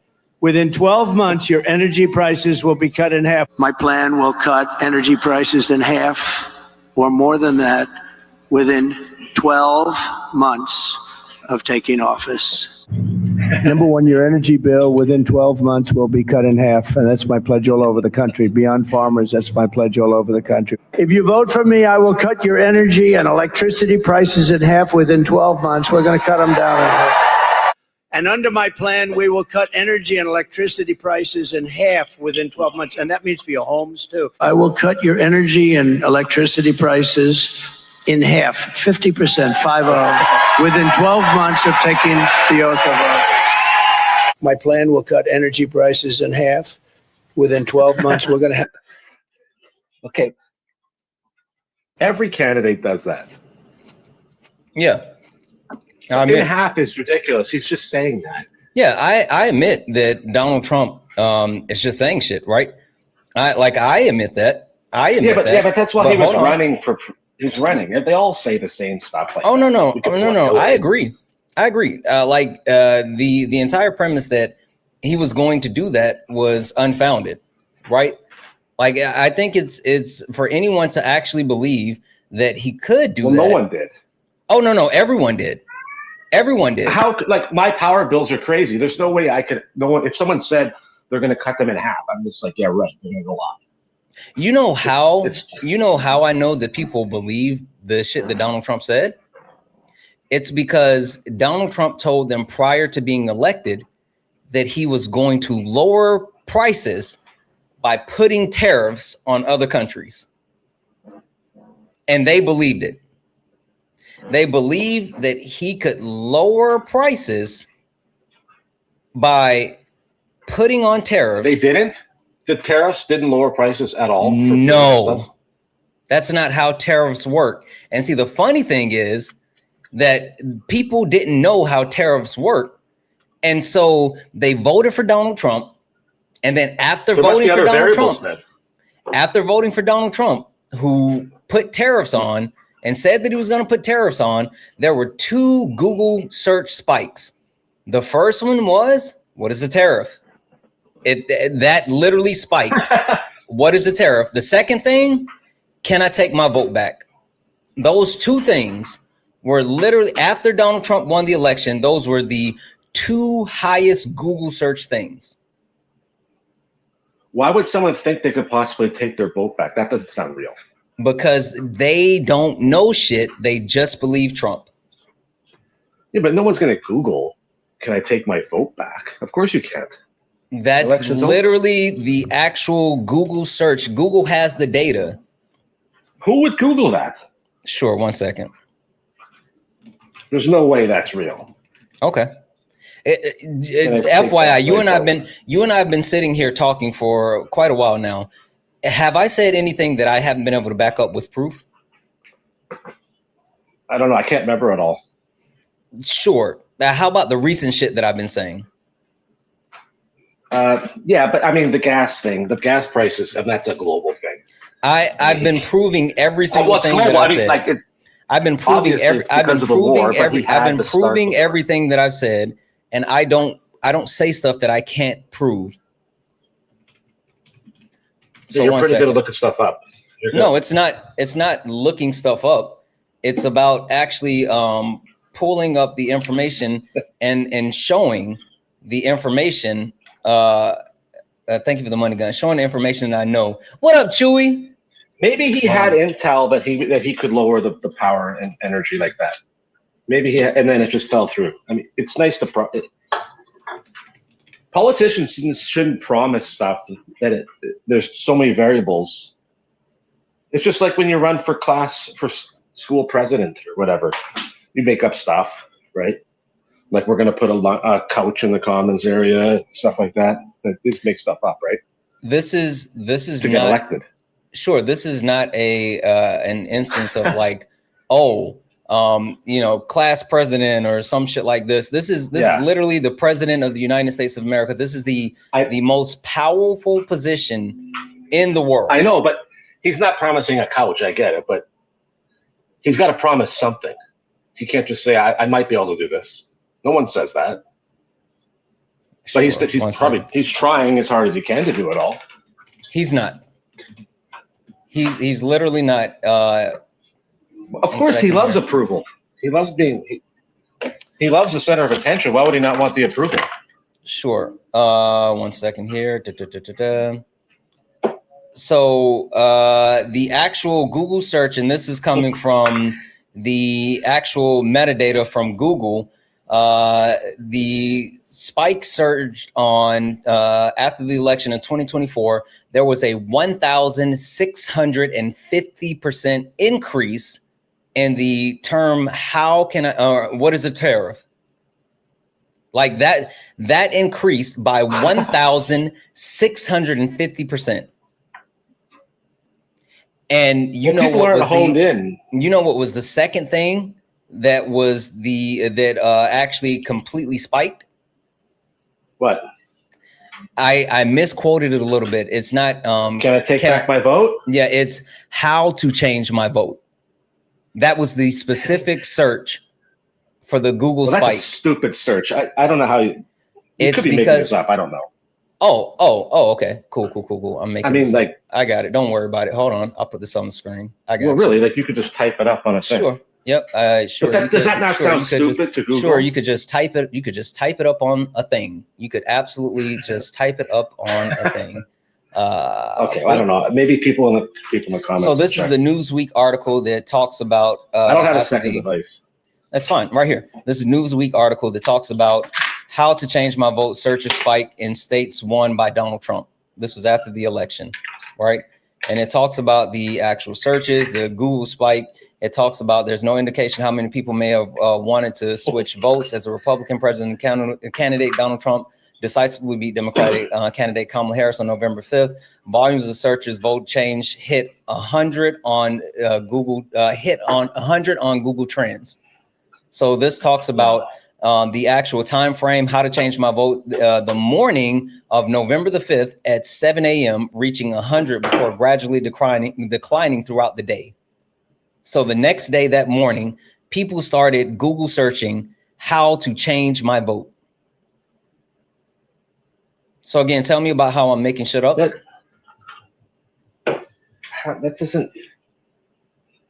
The reason being, but the election was done, right? Yes, the election was done. It was over. People thought that they could change their vote. They didn't know what a tariff was, and they thought they could change their vote. And that's because people. I'm not looking for you to explain it. I'm making the point that people don't know shit, and since they did not know shit, they believe the shit that Donald Trump said. And the reason why I brought that up again is because of this plan. We will cut your energy prices in half within, mark it down, and you can get very angry at me if we don't do it. Within 12 months, your energy prices will be cut in half. My plan will cut energy prices in half. When did he say or that more first? Than that within 12 months of taking office. Number one, your energy bill within 12 months will be cut in half. And that's my pledge all over the country. Beyond farmers, that's my pledge all over the country. If you vote for me, I will cut you. I want to play this one more time. Listen to who he's talking to, because we're going to come to this next. Listen to this one. Number one, your energy bill within 12 months will be cut in half. And that's my pledge all over the country. Beyond farmers, that's my pledge all over the country. If you vote for farmers, me, I will cut your energy and electricity prices in half within 12 months. We're going to cut them down in half. And under my plan, we will cut energy and electricity prices in half within 12 months. And that means for your homes, too. I will cut your energy and electricity prices in half, 50%, 50, within 12 months of taking the oath of office. My plan will cut energy prices in half. Within 12 months, we're going to have. So to answer your question, all of those except one was prior to him being elected.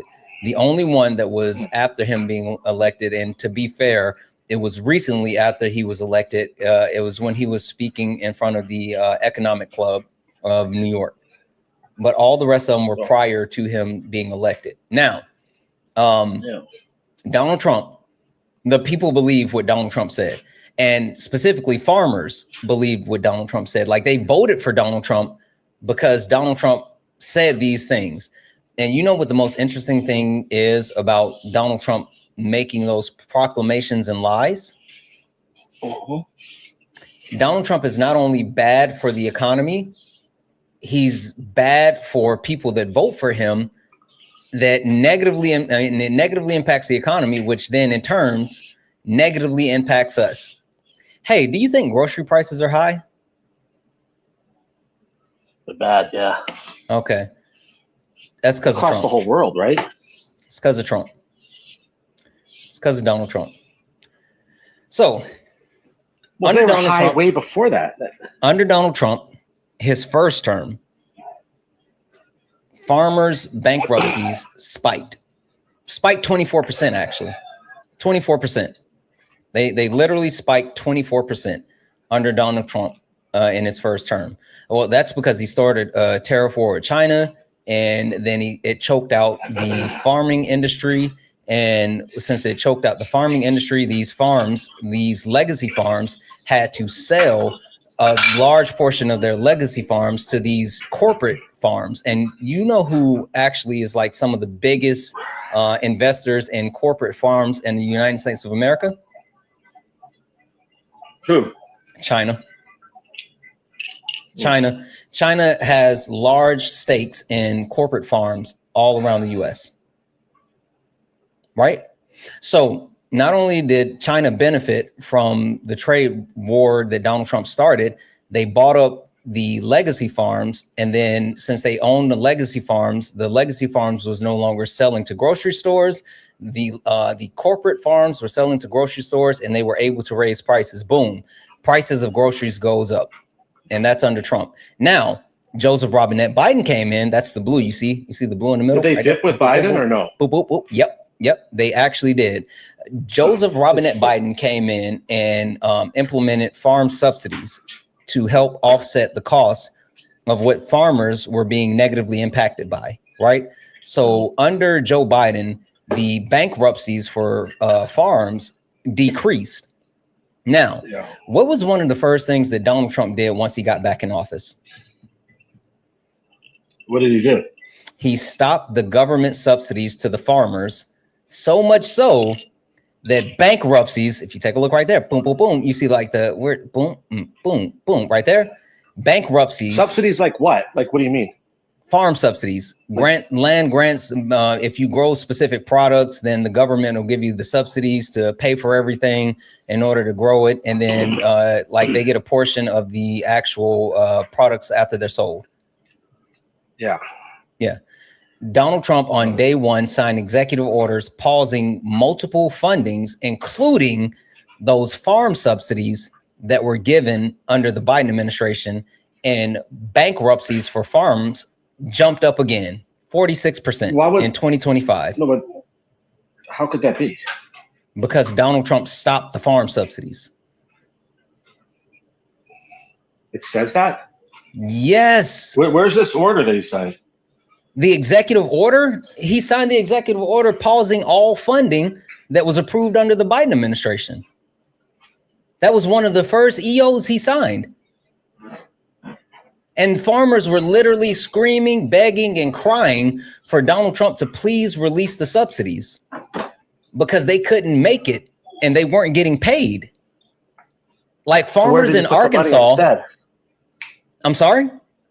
What did he do with the money instead? Oh, I don't know. I have no fucking idea what he did with the money. Like probably in his pocket, but that would just be a guess. I don't know where he put the money. All I know is that he paused the subsidies and it caused I've never seen this. I'm sure you haven't seen a lot of shit. I'm showing you this right now. the point being is that under Donald Trump in 2025, farm bankruptcies increased by 46% his first year in office. So one, that's bad for the economy because, you know, people going bankrupt means less people bringing in additional revenue to the economy. But number two, it means higher grocery prices, which means we're getting less for our money. And number three, it puts the fine point on the entire point that I've been making, which is while Donald Trump claims to be good for the economy, he has openly harmed the economy by every tangible metric. By every tangible metric, Donald Trump has harmed the country. Even if you talk about the Dow, right? People love to talk about the Dow. The Dow was actually trending. The Dow was actually trending to a higher place prior to Donald Trump taking power and collapsing the Dow multiple times.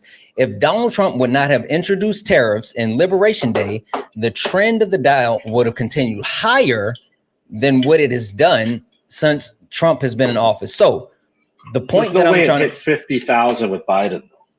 It was trending there. And you're absolutely right. It didn't.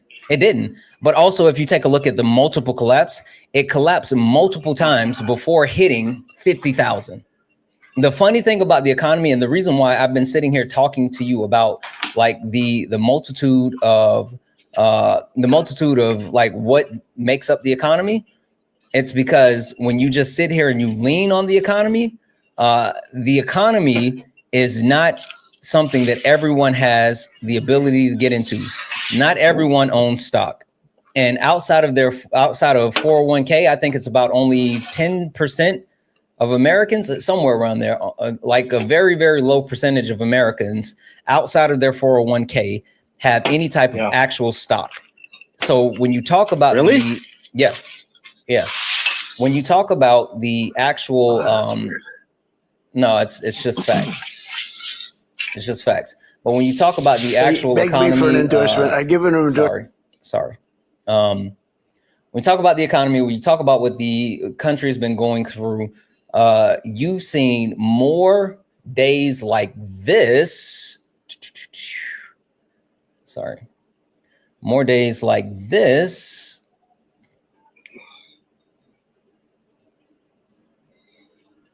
It's a nice day out here, Santana. You see more days like this with our stock market than any other days. Yeah, that's fine. I need you to lock in on the point that I'm making. I need you to look at the screen. I'm listening. Do you see what that is? Yeah. This is multiple companies that had massive losses. And this was a little over a month ago. This happened in one day, a little over a month ago, where NVIDIA, Apple, Google, Meta, JP Morgan Chase, Amazon, Tesla, like all of these companies took massive hits. And this has happened multiple times under Donald Trump. So, well, it's because the war that they had to go to. Nope, this was before. Oh no, I'm sorry. Actually, hey, W's in the chat for Sammy. W's in the chat for Sammy. Holy fuck! Thank you, Sammy. This was after like month 3. This is after the war. This was after the start of the war because this was like a couple of weeks after it started. So, but the point that I'm making, thank you for the cake, is there's been multiple days like this. Now, yeah, but it comes back up though.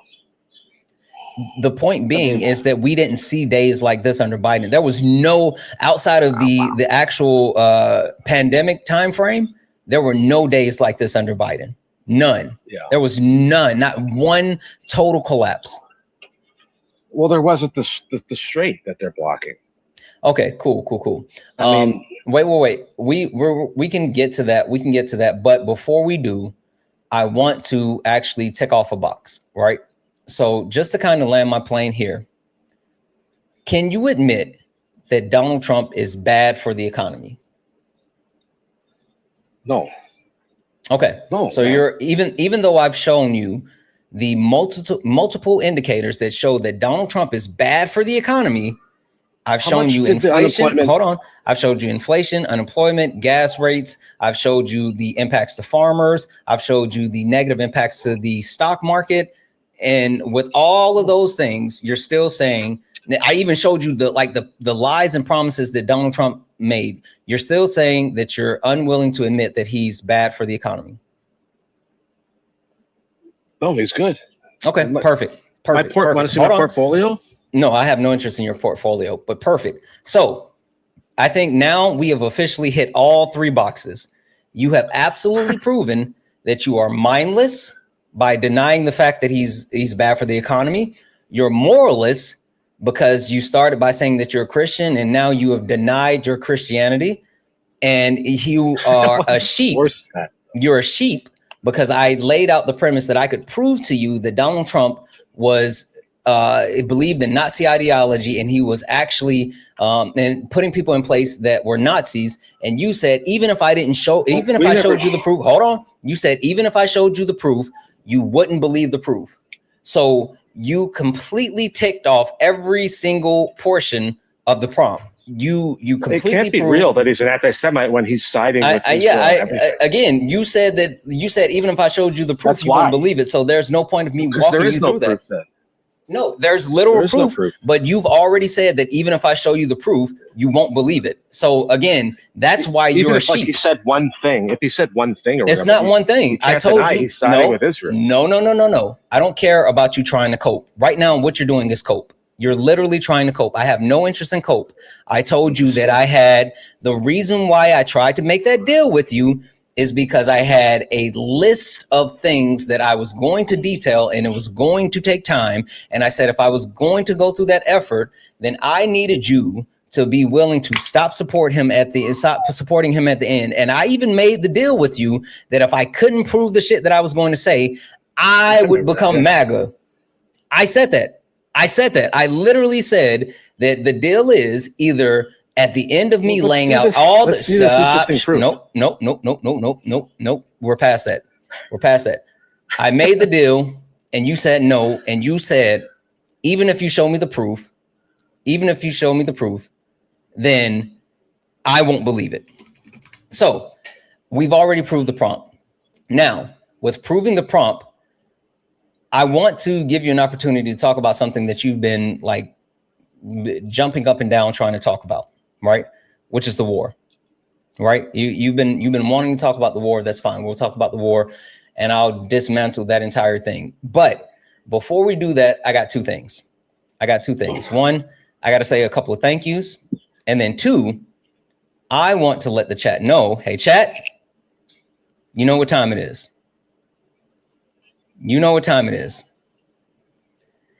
Pearl, we're starting a kick fund. Now, this is how this works. Chat, pay attention because you know how we do. Moving forward, once we start this next conversation about the war, if you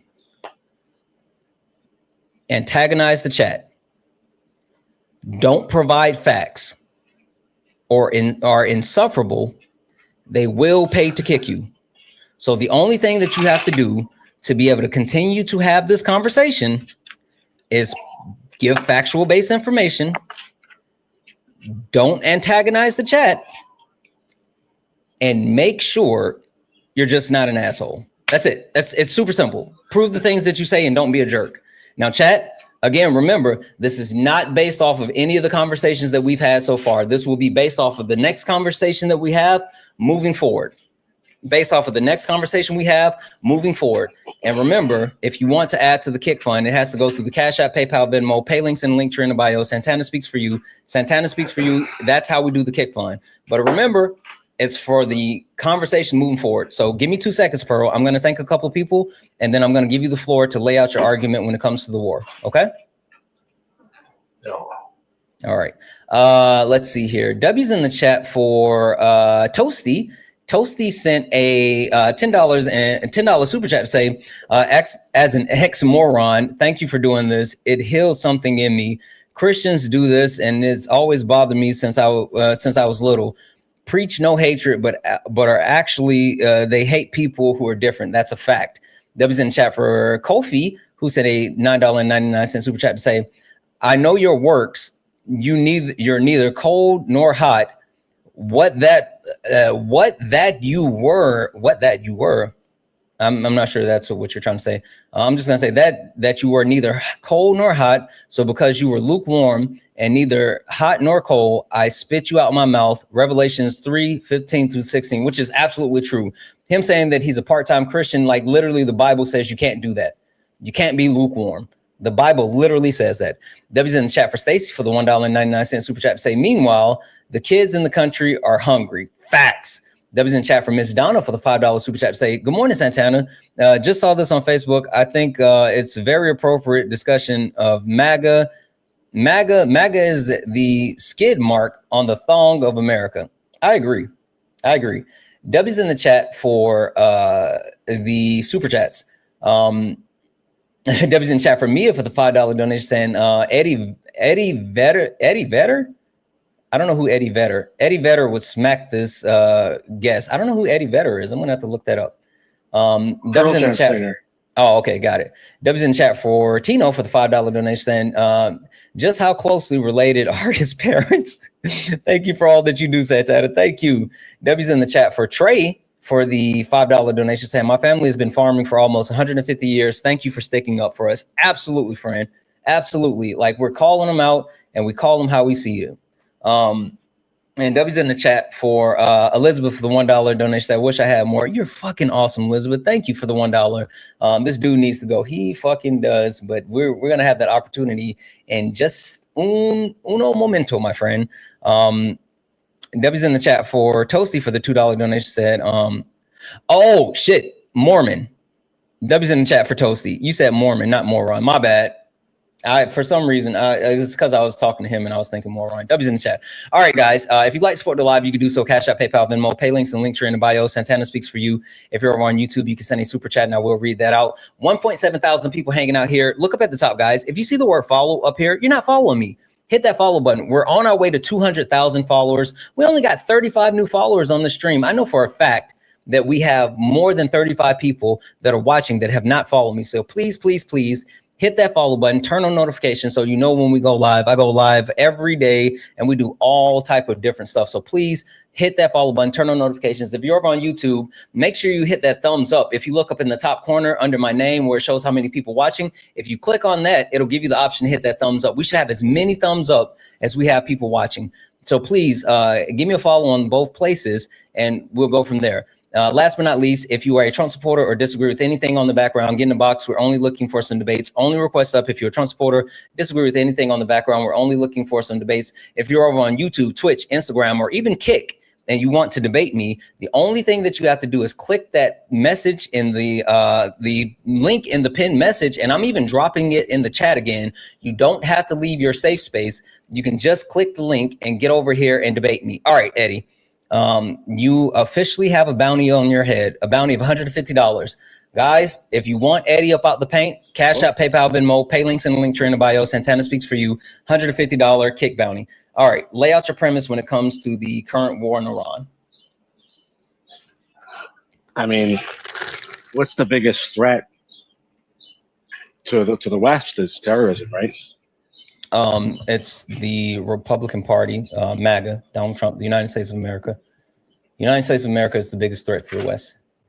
Well, you guys say no new wars thing, but I mean, yeah, but you have to start one when there's an imminent threat, right? When was there an imminent threat? We don't know for sure. Like, we're not a part of the U.S. intelligence, right? Right, but United States intelligence said that there's no. United States intelligence said that there's. Yeah, United States intelligence said that there was no imminent threat. Well, yeah, there was. Okay, can you who said prove that to me? Multiple people. Well, no, none of us can prove either way. I mean, they're not. Well, no, I can absolutely. They're not going to tell us what the threat exactly was. Oh no, I can absolutely prove it. Do you know who? Gosh, what's his last name? 1 second. I can't believe you didn't know who Eddie Vedder was. I'm not a Pearl Jam fan.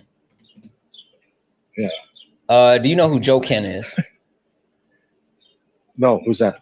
Okay. Joe Kent was Donald Trump's hand-picked nominee for counterterrorism under this current administration. Yep. Joe Kent. I don't know. I didn't know who this name is. Yep. Joe Kent was Donald Trump's hand-picked person for counterintelligence. Joe Kent was not only, as a matter of fact, hold on, I got you. I'm gonna put this on the screen. This is from when Joe Kent was actually appointed as the head of counterterrorism. And again, this was by Donald Jimothy Trump, right? This is Donald Trump's handpicked appointment when he came back into office. Second here. Boom. All right. Boom. This is Joe Kent, right? Yeah. Joe Kent served as the director of National and Terrorism Center. In his role, Kent leads the U.S. counterterrorism and counterterrorism enterprise that serves as a principal counterterrorism as advisor for the president. Kent is an Oregon native, graduated from Norwich University in strategic defense analyst. He served in the United States Army for 20 years, where he completed 11 combat deployments in the Middle East and other high threat regions. During his time in the Army, he served with the 75th Ranger Regiment, Army Special Forces, and U.S. Army Special Operations Command. He received numerous military commendations, including 6 Bronze Stars. After retiring from the Army in 2018, he served as a primary officer in the CIA Special Activity Center. So I say all that to say that not only is Joe Kent well decorated, he has served the United States of America, and while serving the United States of America, he has actively been fighting terrorism throughout his entire career, right? And so Donald Trump appointed him the head of counterterrorism, and Joe Kent resigned as head of counterterrorism because Donald Trump engaged in a conflict with Iran, and he even put in his resignation letter that he could not stand by someone who is lying to the American people, because he said Iran was not an imminent threat. That's why he resigned. He put that in his resignation letter. Have they not been an imminent threat for over a year now? No, they have not. You know who's been saying that they've been an imminent threat and has been saying that they've been an imminent threat for about 20 years? Well, that's true too, but like, no. You know who's been saying that? You know who's been saying that? Trump. Nope. Bibi Netanyahu. Who? Oh, okay. Bibi Netanyahu has been the one saying that. But like I said, but did Trump stop the war initially last year with Israel and Iran? No. Yeah, he did. No, he didn't. He didn't stop anything. We ended up bombing Iran with the bunker busters, and that ended up having to be that was something that we had to do in order to because Israel was getting their teeth kicked in, and so Donald Trump pulled us into that, or Israel pulled us into that, just like Israel pulled us into this current conflict. Right, the reason why we're currently fighting Iran is not because we wanted to. It's literally because Israel told Donald Trump a lie, and he believed it, unlike other presidents prior who did not believe it. Now, that's one, right? That's one. But I want to actually share saying that Donald Trump saying that Donald Trump's former head of national intelligence is not only the one who said this. I'm sorry, not national intelligence, counterintelligence. Do you know who Tulsi Gabbard is? No. Who? Tulsi Gabbard is the current head of intelligence for Donald Trump, handpicked current head of national intelligence, a Trump loyalist, someone who still stands 10 toes down for Donald Trump. Right? Yeah. Perfect. And just FYI, currently you have 120 of 150 of the kick fund. So FYI, you probably want to be more intelligent and provide facts because the chat is getting close to being done with you. I'm just giving you a heads up and letting you know where the count is. Guys, if anyone want to add to the Kick Fund, you can do so. Cash App, PayPal, Venmo, pay links and link tree in the bio. Santana Speaks for You. Santana Speaks for You is how we are doing the Kick Fund. Sorry, YouTube, but we have to go through the pay links. All right. What's wrong with stopping a terrorist country? Yeah, he didn't. But that's the whole thing. If he actually stopped I know some women that have moved here from Iran in the last couple of years, and that they love Trump. Sure, I don't know what that has to do with anything at all, but like, what? I mean, he's liberating them basically. Yeah, he's not with Israel. They're two great. He's literally Israel's amazing. Sure, I hear you. That's fine. So what I'm trying to get to now is Tulsi Gabbard, right? Tulsi Gabbard, the head of intelligence for the United States of America, handpicked by Donald Trump, and literally the person that has direct information on what's happening with Iran and what's happening with global conflicts and all this other stuff. And again, handpicked by Donald Trump himself, right? So what I want you to Tulsi Gabbard actually testified a little over a month ago in front of in front of Congress. What's this free Palestine shit in the chat? That's not right. Yeah, I'm gonna mute you. Oh, I'm gonna mute you because Bibi Netanyahu's a war criminal. Israel is a terrorist state, and free Palestine until it's backwards. Now lock the fuck in. Lock the fuck in. Now, with that being said, I'm gonna share this.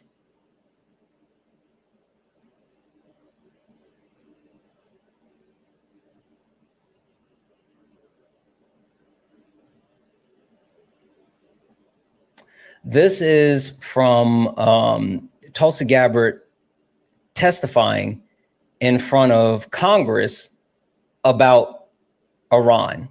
And remember, this is Donald Trump's handpicked head of national intelligence.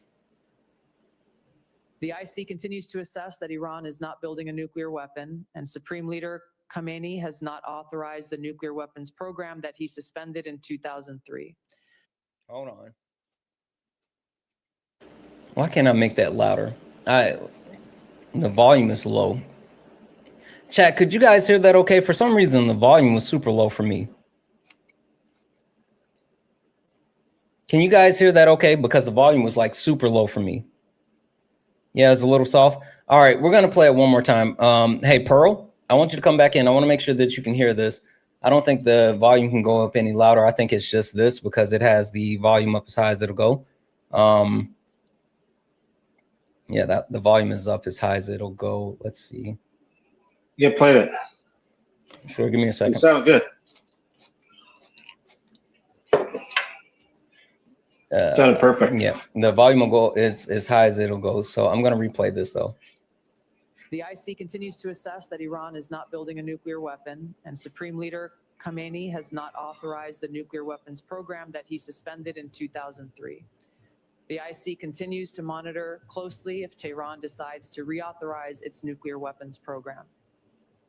In the past year, we've seen an erosion of a decades-long taboo in Iran on discussing nuclear weapons in public, likely emboldening nuclear weapons advocates within Iran's decision-making apparatus. Iran's enriched uranium stockpile is at its highest levels and is unprecedented for a state without nuclear weapons. Okay.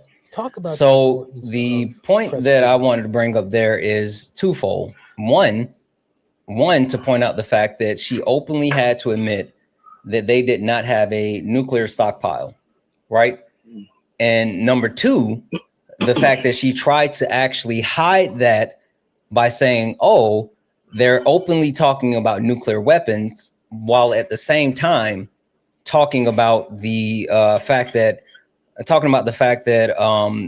it's concerning how much uranium they're enriching.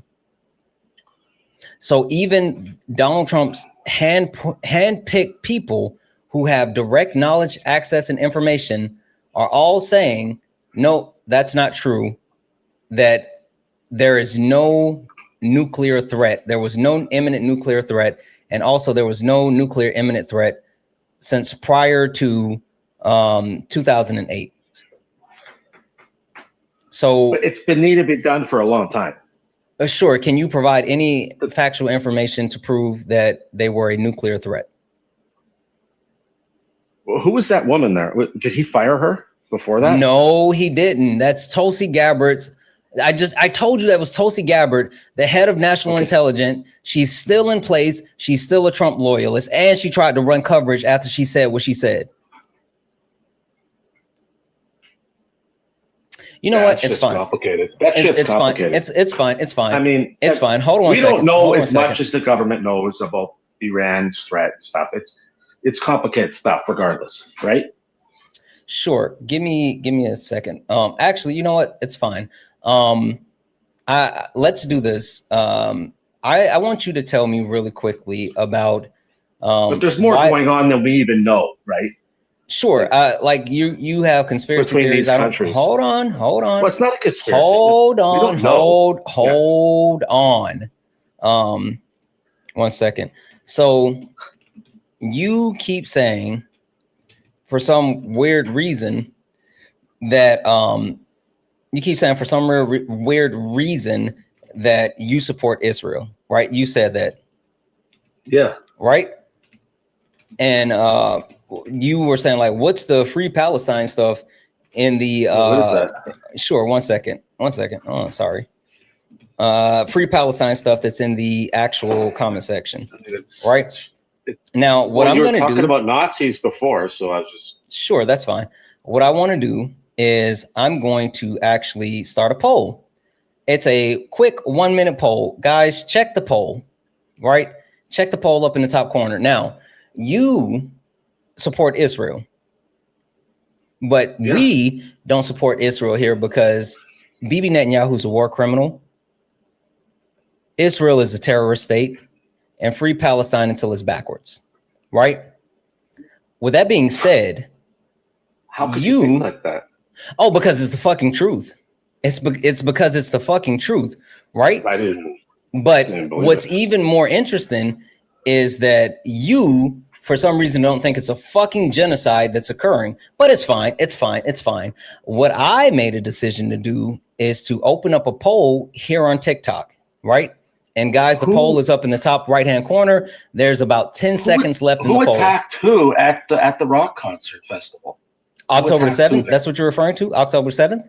Yeah. What happened on October the 5th? Who attacked who there? What happened on October the 5th? Nothing.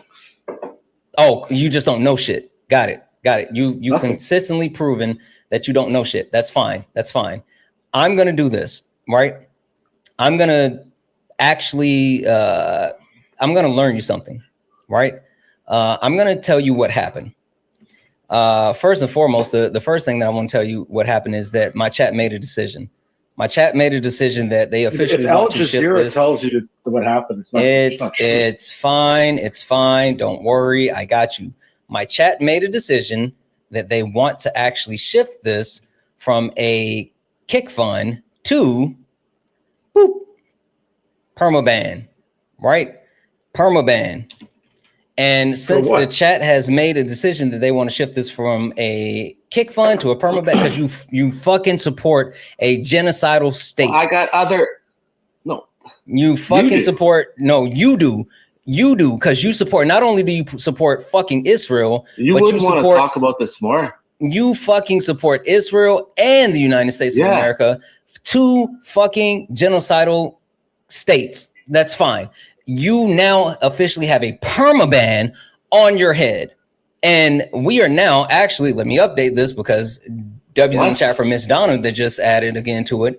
You officially have a fucking perma-ban on your head of 250. And with the perma-ban that's on your head, that means if they actually close out the perma-ban, you're done. Not him trying to run. Pearl Jam, not you trying to run. You know what's funny? I got you right here. I see that you're still here. And the fact that you're still here means we are still going to do the fucking perma-ban. So either you can get back up here and defend yourself, or you can just let the chat fucking permaban you anyway. You can get up here and defend your statements about Israel, condemn your statements about Israel, or just be permaban. You're rejecting the invite, but I still see you. And FYI, I can still permaban you. Running does not stop you from being permabanned. This is your only opportunity to get up here and defend yourself. That's fine. That's fine. He's not going to actually come up here and defend himself. But you know what's funny? We're not going to stop the fucking permaban. Because the wild shit that you said, and you tried it multiple times by saying, well, I support Israel. I support Israel. Well, guess what? Fuck Israel and fuck you too. Because now you're at 232 of a $250 permaban. And you had the opportunity to get up here and defend the shit that you said, condemn the shit that you said, and you refuse to hit that accept button. So not only are you still facing the permaban, you at least don't get to stand up for yourself because you made a decision to be a coward. We are now at 242 of a 250 permaban. Permaban for Palestine. Egg fucking exactly. Egg fucking exactly.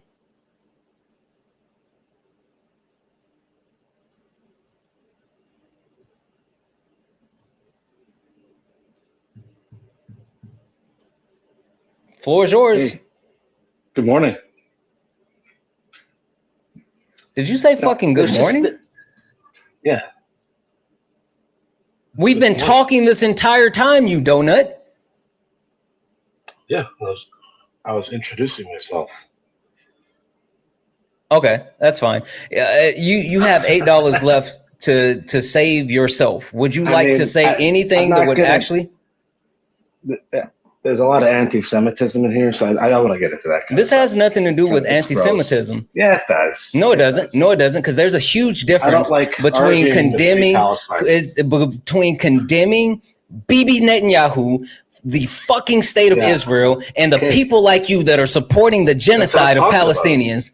That's what I'm talking about. You said, oh, who did October 7th? You know what? Hey, you don't even, what the fuck happened on October 5th?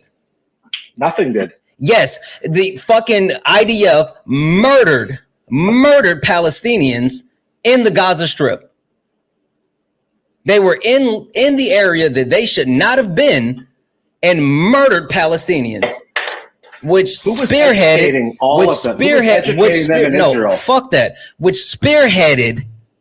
the attack on October the 7th. Yes, they were already thinking about doing that attack. But the events on October the 5th pushed them to doing that on October the 7th. Can you admit that October 5th. I literally just told you that the IDF killed Palestinians in a restricted area where they were not supposed to be?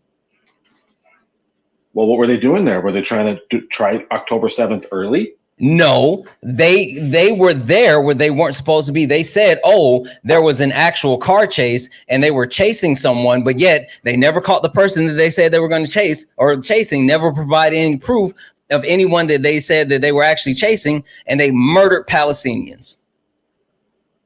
Have you seen the 45-minute video on October 7th?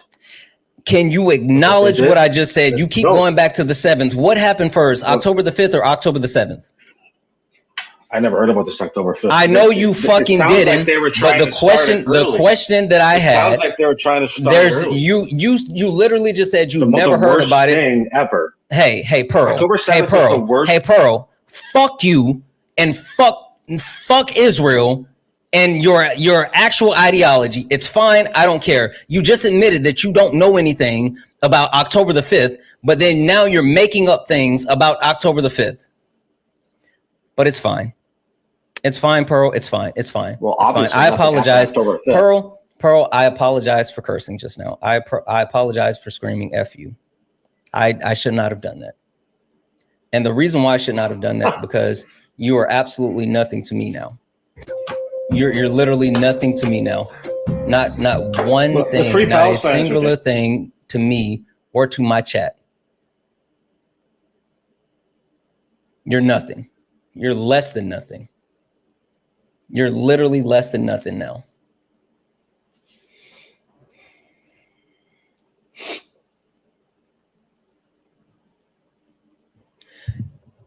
And that goes for anyone else who supports Israel. Hear me when I say this. If you support Israel and what they're doing to the Palestinians, then fuck you. I truly mean that. There's no middle ground. There's no gray area. What is happening is a genocide. It's a literal genocide. It's been deemed a literal genocide. I don't care about excuses. I don't care about a quote unquote right to defend themselves. It's a literal genocide. And you can't say it's anti-Semitic when you have Jewish people saying the same thing. You literally have Jewish people standing up saying the same thing.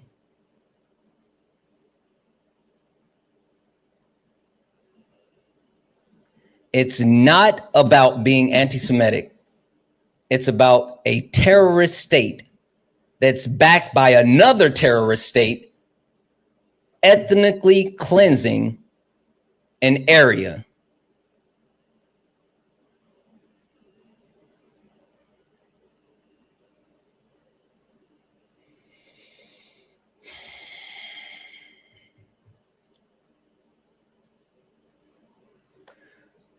Only request up if you're a Trump supporter or disagree with anything on the background. We're only looking for some debates. Only request up if you are a Trump supporter or disagree with anything on the background. We're only looking for some debates.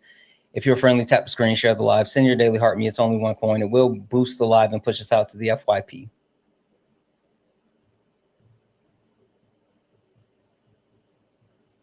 Oh, that person dropped.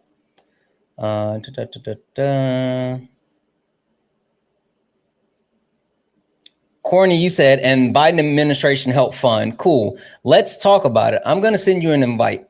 Come up here and tell me about how the Biden administration helped fund the terrorist attack, and tell me why the current position that Gaza, the Palestinian people are in a better place than what they would have been in if Kamala Harris was in power.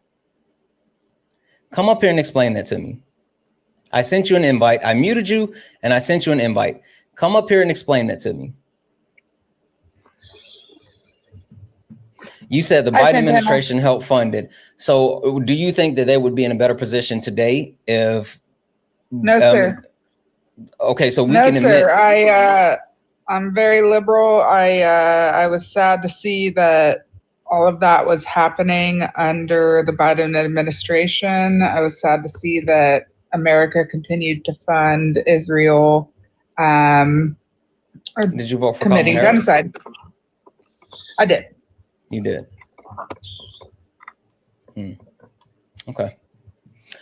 The thing that I will absolutely say is, yeah, the Biden administration absolutely did continue to fund Israel, just like all of the previous administrations, and I'm not absolving them of what they did, but I will say that there's a subsection of the quote-unquote liberal party, the far leftists, who for some reason say, fuck it, I'll vote for Trump because it's still like it's not going to be any better with Kamala Harris, so I'd rather have Trump. So, all right, I'll unmute you and I'll go ahead and unmute you and I'll drop you down. Thank you for coming up. I appreciate you.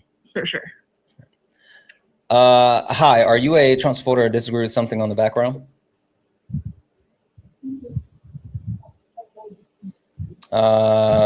Macab 097, are you a Trump supporter or disagree with sister. I'm in Gaza originally مبتورة. Guys, only request up if you're a Trump supporter or disagree with anything on the background. We're only looking for some debates. Only request up if you are a Trump supporter or disagree with anything on the background. We're only looking for some debates. Hi, are you Okay. What's up, man? Hi, are you a Trump supporter or disagree with anything on the background? Yeah, man. You want to talk about the unemployment rate? 'Cause I have a question. Sure. Well, I don't have a question. But wait, sure. Okay. Are you a wait? Stop. Are you a Trump supporter? No, sir. Okay, so you're not a Trump supporter, and you don't disagree with anything on the background. Well, I'm half and half with it. I don't. Are you creamer, or I'm not sure what that means. Do I have to be a Trump supporter to debate? No, you have to either be a Trump supporter or disagree with something on the background to debate. Okay, so we can't talk about unemployment. It's got to be something in the background. Or if you are a Trump supporter, then sure, you can talk about unemployment. But like, there's no in between as far as you just coming up and randomly talking about shit. Thank you for the cake. I guess I ain't got shit to talk about then. Okay. Well, I mean, I wanted to talk about, because earlier I heard you say the sure, unemployment if you don't have shit to talk about, then we're just gonna go ahead and keep it moving. Only request up if you are a Trump supporter or disagree with anything on the background. We're only looking for some debates.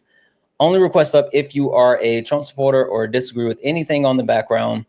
We are only looking for some debates. If you are friendly, tap the screen, share the live, send your daily heart me.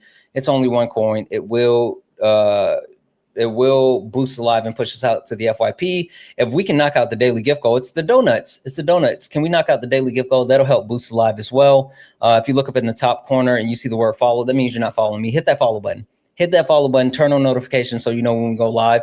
We go live all the time. We only got 53 new followers. We've been streaming for 2.5 hours and only got 53 new followers. Please, please, please hit that follow button, turn on notifications. And if you're over on YouTube, make sure you hit that thumbs up button. Hit that thumbs up button. It'll help push the VOD out and get more people in here. Only request up if you're a Trump supporter or disagree with anything on the background. Oh, one last thing, guys. So I'm going to be traveling. I'm leaving Tuesday, and I won't be back until Friday. I will be going live at certain points, but the reason why I'm traveling is because I'm going to do something super cool. And I think that maybe on either Tuesday night or Thursday at some point, we might do a crossover stream. I might stream in person with one of our favorite creators. So I'll keep you updated on that. But regardless, if you would like to support the live, anything that you guys send, we're using that to cover the cost of travel because we pay for the travel and everything out of our pockets. And so if you want to help support the live, help support the travel, help support what we're doing, some really cool shit. And as soon as I can tell you the details about the cool shit, I will. Please consider donating Cash App, PayPal, Venmo, pay links and Linktree in bio. Santana speaks for you. If you're over on YouTube, you can send a super chat and I will read that out. Only request up if you are a Trump supporter or disagree with anything on the background. We have called America lacking. And when we talk about America lacking, we are talking about Republicans. They are mindless, moralist sheep. We've already proven that with Pearl. We completely dismantled any type of premise out the side of Republicans being mindless, moralist sheep. Now, Democrats have no backbone. Democrats have no spine. And moderate Democrats are supposed to be the ones that are the counterpunch to the Republican Party. Moderate Democrats are literally just the ones that are saying like, oh, give us more power. And if you give us more power, then we will make things right. Like that's their whole pitch. Donate money, give us power, and we will make sure that once we have power, that things are going to be better. Now, the issue with that, moderate Democrats, is that you guys are out here with a fucking knife in a gunfight. That's the problem. The Democratic Party is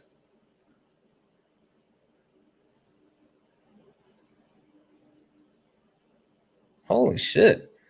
Breaking news, Frontier jet hits person on runway during takeoff at Denver airport. What the fuck? Frontier jet hits person on the runway during takeoff at Denver airport. The plane struck and killed a person on the runway as they were taking off from Denver International Airport late Friday, authorities say. The pilots aborted the takeoff and the plane was evacuated after reporting the engine fire. The Airbus A321 jet with 224 passengers and 7 crew members was leaving on flight 4345 to Los Angeles International Airport when the collision took place, according to the statement from Frontier and the Federal Aviation Administration. Smoke was reported from inside of the plane and the passengers were safely evacuated using emergency slides and precautions, Frontier said. The FAA said in a statement on Saturday morning that the plane struck a person on runway 17L as it was taking off, and the agency was investigating. Denver Airport also in the statement on Saturday morning said that the person who was killed had jumped the airport perimeter fence and was just minutes later, while crossing the runway, that person who has not been identified is not believed to be an employee of the airport. And the statement added, the airport examined its fence and lining after the incident and found it to be intact. The airport said Sean Duffy, the United States Secretary of Transportation, described the person killed as a trespasser who breached the airport security at Denver International Airport, deliberately scaled the perimeter fence and ran out into the runway. A recording posted on by the ATC.com app, which relays air traffic control, captured the pilots describing the incident. And this is a quote, "We're stopping on the runway. The pilot told the air traffic control, we just hit somebody. We have an engine fire." Later, the pilot told the tower an individual was walking across the runway. The crew told air traffic control that it was evacuating the plane on the runway because of the smoke inside. Denver Airport state that this episode happened at about 11:20 p.m. and firefighters had to put out the engine fire on the plane. The passengers were taken back to the terminal by bus. It added, the airport said that 12 people reported minor injuries and 5 were taken to the nearby hospital. Holy fuck. That is crazy. That is crazy. Sorry. Sorry about sidetracking. That just caught my attention. I apologize about that. Again, only request up if you're a Trump supporter or disagree with anything on the background. We're only looking for some debates. Only request up if you're a Trump supporter or disagree with anything on the background. We're only looking for some debates. As I was saying, moderate Democrats who claim to be the counterpunch to the Republican Party, while the Republicans are out here looking for a fight, the moderate Democrats are bringing a knife. Thank you for that. Bringing a knife to a gunfight. What do I mean? I mean shit like this. Virginia Supreme Court strike down the Democrats redrawing of U.S. House maps, giving Republicans a win. All right. Virginia Supreme Court struck down on Friday down a voter-approved Democrat congressional redistricting plan, delivering another major setback to the party in its nationwide battle against Republicans on the edge in this year's midterm. Now, the reason why I say that is while the Democratic Party is doing shit and fighting and like trying to actually, pass legislation that will stop the Republican Party from just completely gerrymandering the fuck out of everything, the Republican Party is gutting the Civil Rights Act.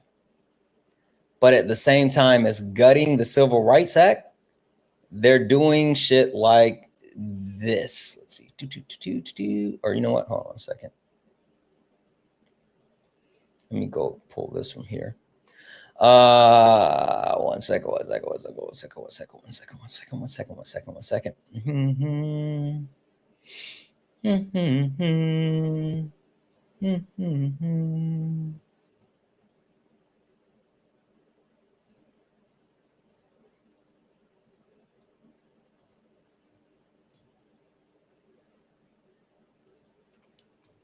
So the Democrats put it up to a vote. The moderate Democrats put it up to a vote, and it's been shut down. But the Republicans who have power, not only didn't put shit up to a vote, they just did it. They just did it, right? And while just doing it, they were able to do this in Texas.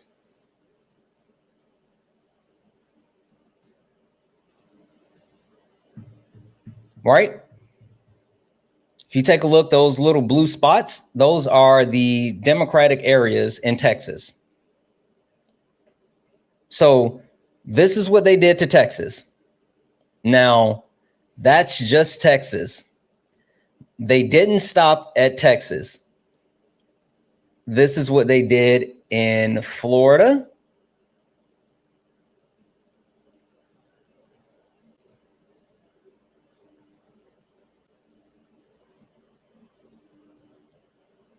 Those little blue dots, those are the Democratic areas in Florida,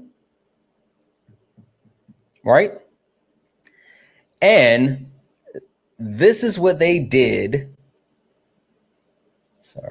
This is what they did after doing this in Texas, after doing this in Florida. They then went to Tennessee and did something even more diabolical.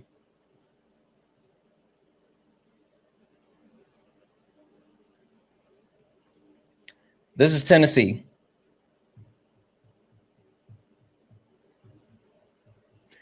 That little corner in Tennessee where Memphis is, that was blue, they completely erased it.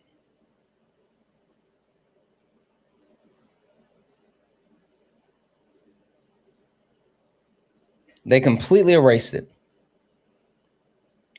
And then at the same time as completely erasing that little sliver of blue in Tennessee,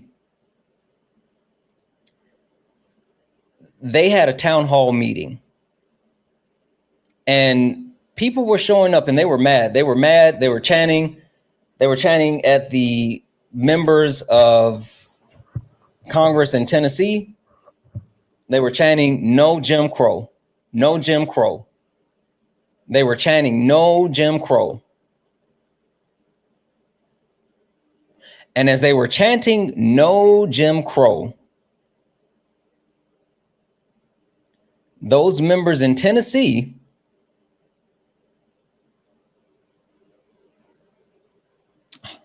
I didn't see that.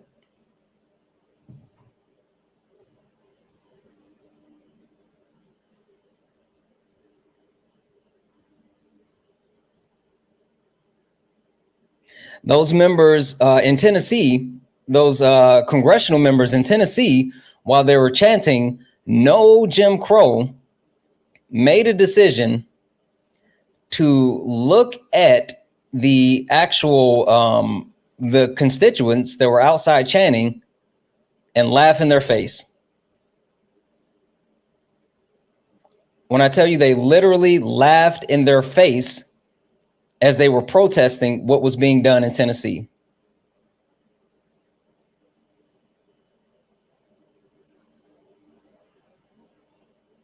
That's what happened. Now, when I say the actual party that's supposed to be the party in power, the party in power,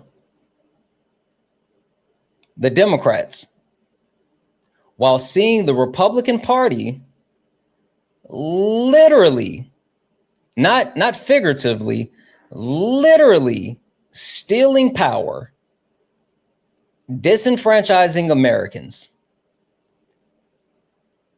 doing illegal shit, not putting these to a ballot, not saying like, hey, we want to hear from the people, because the Democratic Party is like, hey, we want to hear from the people. The Republican Party is like, no, fuck that. We're just going to do what we want to do. And you know what Democrats are out here saying? After moderate Democrats, after seeing what happened, this is what they have to say. This is their advice. And this is what they want us to focus on.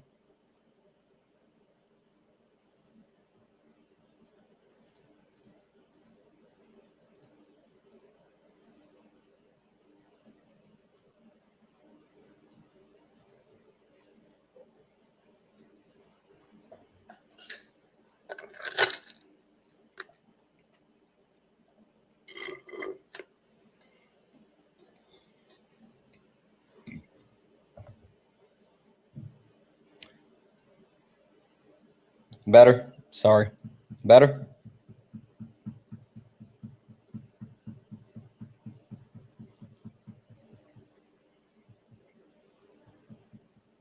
This is the message of moderate Democrats. Beat them at the ballot box.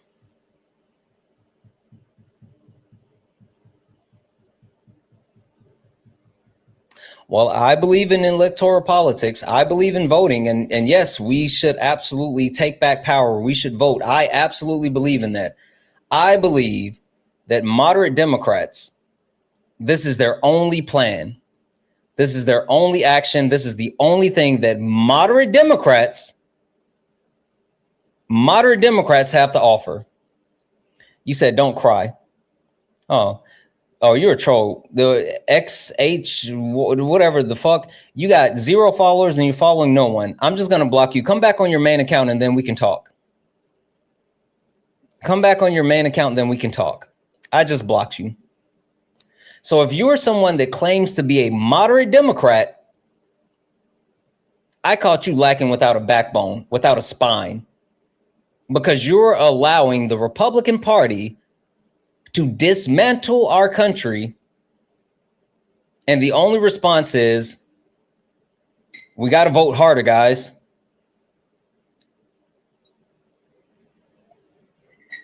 This is not a fucking spirit bomb. We don't need to collect more energy. We don't need more people raising their hands. We need a fucking party that is willing to fight fascists. We don't need cheerleaders. We need people who are willing to fight fascists. The person Bane, Bane 064, sure. I can't invite you to come up. You got to get it in the box. I'm going to mute you. You said it was ruled by the Supreme Court. Stop crying. You're fucking wrong. One, it wasn't ruled by the Supreme Court. It was the Virginia Supreme Court, you donut. There's a difference. There's a difference. And number two, I don't give a fuck what you have to say in my comment section. Either get in a box or just hate from outside of the club. I really don't care. I really don't care which one, but you got to do one. So now you're muted. Get in the box.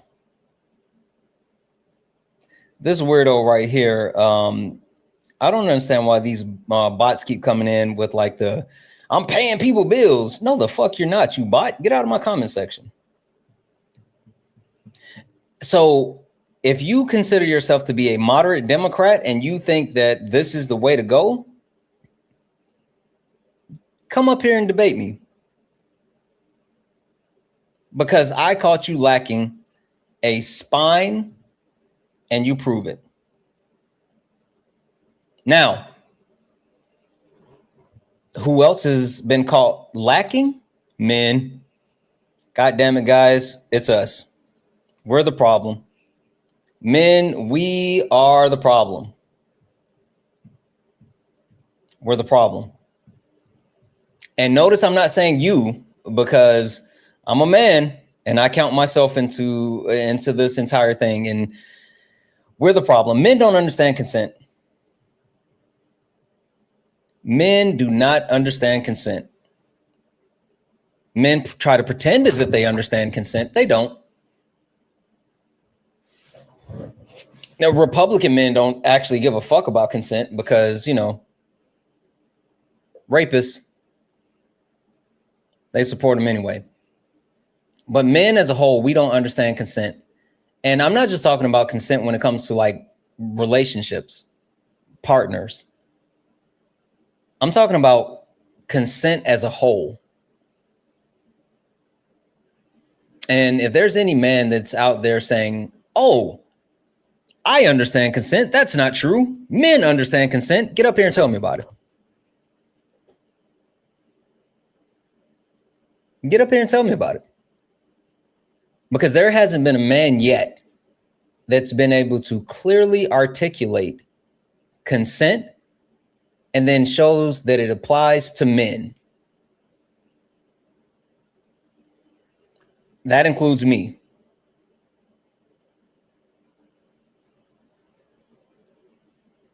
Said, do you not understand consent, Sarah? I don't understand what's been so hard about what I just said, because I said men and I included myself in that since I am a man. But you know what, Sarah, I'll let you actually talk about it as well. Sarah, I just hit the mute button, and so now you can't yip yap in the comment section. Get up here.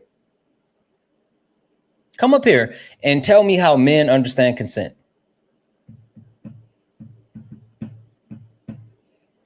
Anyone, I don't care. You don't have to be a man. If you're someone that just believes that men understand consent, get up here and prove it.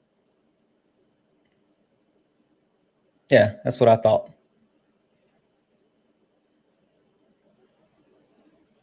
That's what I thought. Leftists, got to talk. We got to talk. We absolutely have to talk. When I talk about leftists, because leftists aren't absolved. When I talk about leftists, I'm talking about leftists like myself who still actually participate in the political system. Because there's a lot of leftists who don't actually believe in the political system, and so they don't engage in electoral politics. I understand that. I understand that. Say, can you explain consent? Because I feel like if you think my husband doesn't understand, then I don't either. Then come up here, Catherine. Like I laid out the premise saying that men don't understand consent. I'll send you a request. You can come up. If you disagree, then come up. Again, you don't have to be a Trump supporter. For anyone that's looking at the background, if there's anything on the background that you disagree with, you do not have to be a Trump supporter. You just have to either be a Trump supporter or disagree with something on the background. One of the two. You don't have to be a Trump supporter. You just have to be a Trump supporter or disagree with anything on the background. But the people that claim to be leftists that actually engage in the political system, that actually, vote, you guys don't understand political direction. Because you do shit like say, oh, Kamala Harris. Well, Kamala Harris wasn't perfect. Kamala Harris didn't widely condemn this, that, or the third. So I'm going to vote for the Republican Party so the Democratic Party knows that I'm serious. I'm going to vote for the Republican Party so the Democratic Party knows to take me serious. Or there's some leftists that say shit like, I support Donald Trump because he's going to crash the entire system and we need something new. So they're like, yep, he's the fire starter to destroy the system. That's why I support. Hi, are you a Trump supporter or disagree with something on the background? I think I disagree with the men understanding of consent, and it'll kind of, oh, I'm sorry. Oh, I didn't say anything. Okay. And it will kind of feed into other political issues, but yeah, that's fine. Just to make sure you're not going to take the approach of like, oh, men, it's not that they don't understand consent, it's that they ignore consent. You're not going to do that, right? No, I think they genuinely don't understand consent. And I think in our society, men are trained to not understand consent. So you don't disagree? Oh, I just saw the understanding of consent. Yeah, America's lacking, the men lack an understanding of consent. They lack an understanding of consent. I agree with, oh, okay, I get what you're saying. So I agree with that. And I also think that they're trained not to understand consent. Yeah, I agree.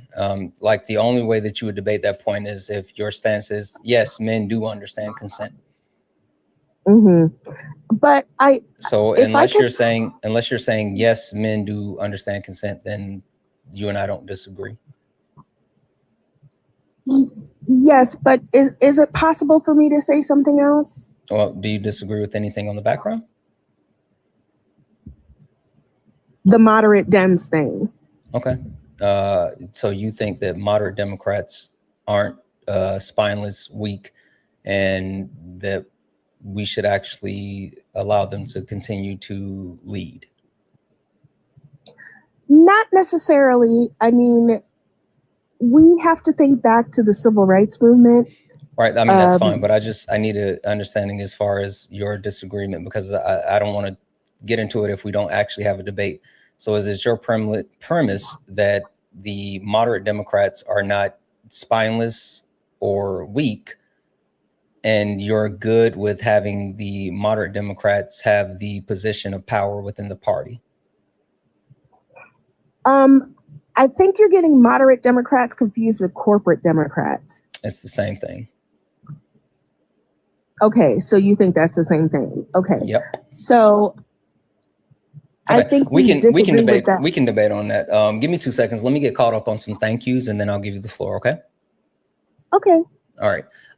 So guys, got a few thank yous to catch up on. I didn't say thank you for any of the perma-bans because I wanted to hold off until we got another debate. So I'm going to run through all of these. First, I'm going to run through, these came in after the perma-ban. So I'm going to do these really quick. W's in chat for Megan for $3 donation saying, explaining consent with a cup of tea, please watch. I'll definitely check that out, Megan. Thank you so much for the $3 donation. W's in chat for Tamira for the $50 fucking dollars. Tamira said a $50 donation saying, donation, keep doing what you're doing. Thank you, Tamira. Like, holy shit, that's a lot of money. Thank you, thank you, thank you. Holy fuck. W's in chat for Marissa for the $5 donation saying, towards the hippopotamus bodyguard. I don't get the hippopotamus bodyguard. W's in the chat for you. Thank you so much. These all came in during the perma-ban. CJ started it off hot. CJ sent a $50 donation, said, tired of hearing about this, what he doesn't know. He didn't know shit, CJ. And then Valerie came in with the 40 and said, boot him, please. His lack of intelligence is painful. W's in chat for Valerie. And then Avocado sent a $2 towards the kick, said, Pearl jam with nonsense, but Pearl clutches that fact. And I can't jam with pearls if Pearl like that. If Pearl's like that. Holy shit. W's in the chat for Nisa. I hope you're feeling better, twin. W's in the chat for the $5 donation saying, hey, twin, I was today years old when I learned that Trump's middle name was Jimothy. You could add this to the kick fund. W's in the chat. W's in the chat for holy shit. CJ sent another 30. W's in the chat for CJ, who added another 30. W's in the chat for Mary for the $5 said just kick. W's in the chat for Jessica for the $10 says, so tired of hearing these Trump supporters who are disconnected from reality of life for 90% of Americans. They think that this is some sort of game and they can sit up there and giggle like idiots, completely delusional. Thank you for all that you do. W's in the chat. And guys, I want to remind people that it shifted from a normal kick fund when he started talking like fucking crazy about Palestine, and then went from a kick fund to a perma-ban. Went from a kick fund to a perma-ban. So W's in the chat for Rachel for the 5 to say, it's Tulsi fucking Gabbard, you donut. I know that's right. W's in the chat for Nikki for the $5 that said, kick fund, absolutely not. Fuck Israeli government. And then followed up with another 5 that said, down payment for the perma-ban because fuck Nazis. Correct. W's in the chat for Valerie, who sent a $50 donation, said free Palestine. W's in the chat for Jocelyn that sent a $1 donation, said to kick the buffoon. W's in the chat for Abby for the $10 donation, said free Palestine forever. W's in the chat for, let's see here. Tiffany for the $40 said, kick fun, bye-bye caller. W's in the chat for Miss Donna, who added 2, said no functional brain cells, bye Pearl. W's in the chat for Zay, who sent $5, said, bye Casper, cave chimp, good for nothing, troglodyte, god damn Zay. W's in the chat for Danielle for the $10 donation, saying, get this fascist out of here. W's in the chat for Tamor for the $2, say, bye pathetic Pearl. W's in the chat for Heather for the $10 to say, keep cooking Santana, free Palestine. Yellow B. W's in chat for Yellow B. We only got a few more to catch up on, guys. W's in chat for Jessica for the $3.50, say, this guy needs to go. W's in chat for Jocelyn for the $8 donation, said, free Palestine. W's in the chat for Twani, who sent 8, said, I'm done with this clown Santana. W's in chat for Larissa, who sent 21 and said, ban him. W's in the chat for Jalen. Hey, Jalen, who sent $10, said, free Palestine till it's backwards. Fuck Israel. Fuck you, caller. Thank you for schooling this donut, Santana. Hashtag get his ass up out the paint. And W's in chat for Just Devin for the $2 donation, said, drop kick this fool to the Galapagos of the cishet white men mediocrity. I can see why he named himself off after the most mediocre rock band in history. Holy shit. W's in chat for all the donations, guys. If anyone else likes to support the live, you can do so. Cash App, PayPal, Venmo. Pay links and link tree in the bio. Santana Speaks for You. Santana Speaks for You is the best way to support the live. If you're over on YouTube, you can send a super chat and I will read that out. Guys, 1.4 thousand people. Look up at the top. If you see the word follow, that means you're not following me. Hit that follow button. Hit that follow button. We're on our way to 200,000 followers. So guys, please, please, please hit that follow button. Turn on notifications so you know when we go live all the time. Only request up if you are the person, Rod, you can get the fuck out of my request. There's no way in hell I would ever bring you up here with a username like that. Absolutely not. Fuck you. Get out of my request, you piece of shit. Only request up if you're a Trump supporter or disagree with anything on the background. We're only looking for some debates. Turn on them. I apologize, guys. I fucking lost track. Anyway, all right. Give me floor is yours. Tell me why you disagree with the premise that that moderate Democrats lack a backbone or a spine. So my whole thing about this is that there are a difference between corporate Democrats, and you can find out who's a corporate Democrat via opensecrets.org and who's a moderate Democrat. And in my estimation, can you give me an example of a corporate Democrat and then who's a moderate Democrat? So let me say, okay, I'm going to put my girl out there, but Alma Adams is my representative. And unfortunately, not unfortunately, she is more of a corporate Democrat.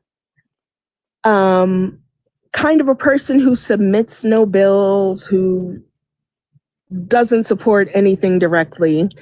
But a more moderate Democrat is a person who will be, I think, in 2028, a kind of a new Republican.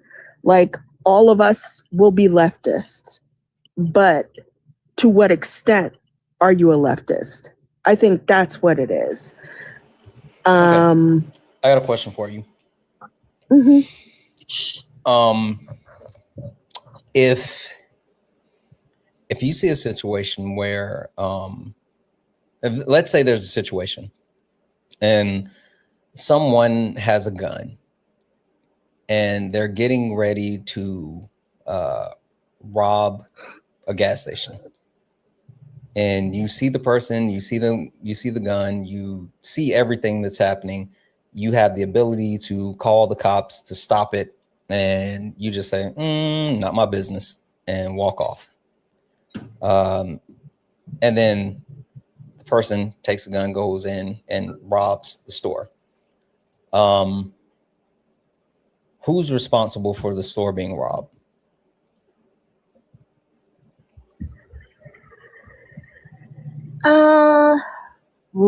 That's a complicated question. I asked to boil it So down. I Is it thought, the person that did the robbing or the person that could have stopped the robbing or the person that could have stopped the robbing and did nothing? I mean, the person that did the robbing, but I'm so much of a leftist that I feel like it's the system in and of itself. Yeah, But let's stick with this hypothetical. Who's responsible for the robbing? Is it the person that actually committed the action, or the person that knew about the action, could see the action occurring, and did nothing to stop the action while having the ability to stop it? I mean, I think the person committing the action. Why? Well, I just have to. It's kind of like there's a heavy philosophical question in this. It's like the trolley problem. So I have to pick between the system or the person, and I think There's an option C. I mean, me. Yeah, the option C is both. Because while the person who actually did the robbing committed the physical act, the person who saw everything being set up and could have stopped it allowed it to happen.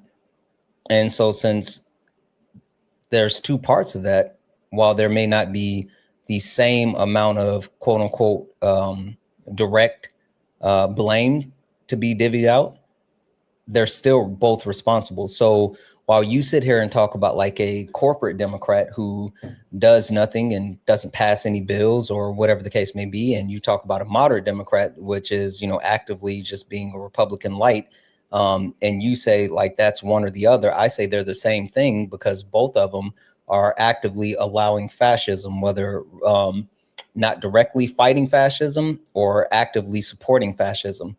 They're the same thing. So your point about like, oh, it's corporate Democrats versus moderate Democrats, no, they're the same thing. They're still weak because they're not fighting fascist. The weakness is a problem. Okay. Yep. Yeah, I kind of get that. I get that complicity. And there was a commenter who said binary thinking, and I have to say I am a victim of that. You know, like I have autism, so a lot of time things are binary for me, and I'm an autistic Black person, so I have to like, sometimes I have to make very binary decisions. But yeah, you're exactly right. The point that I'm getting to, and the point that I've been standing on, is when you talk about the opposition party, they are showing their weakness in the sense of allowing these things to happen instead of actively fighting. And that's why I brought up the point about even when you take a look at like Virginia and California, which California put Prop 50 on the ballot, and Californians showed up and voted for Prop 50. But I showed you 3 states in a row that didn't vote, that didn't give a damn what their constituents had to say. Hell, Tennessee literally laughed in their constituents' face as they gerrymandered the entire state. And the moderate Democrats are taking things through like normal political procedures and being stopped by the courts.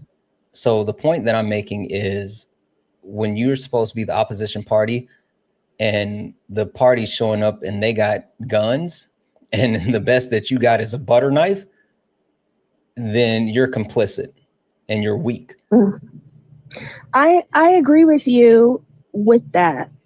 When I think about Tennessee, when I think about the 14th Amendment, I definitely think that Democrats are coming to the table, you know, as you said, with butter knives. You know, these people are coming to our doorsteps as Black people with like atomic bombs. I'm not that great at spelling, and we're not meeting that. And I think part of the reason we're not meeting that is because of sort of our civic history, you know, nonviolent protests, which were very violent. They were violent against Black people, and because Black people aren't really considered people in this country, it's considered Black and brown nonviolence. bodies aren't considered people globally. It's not about just the US. I mean, that's on the global scale. But the point that I will really try to drill home is the fact that these people that are in power are actively, it's in their best interest to do half of nothing and then to uplift the fight against fascism and say like, hey, like they're the problems, but if you keep giving me money, if you keep electing me, if you keep giving me political power, then someday we'll be able to fight back. And that's a problem, right?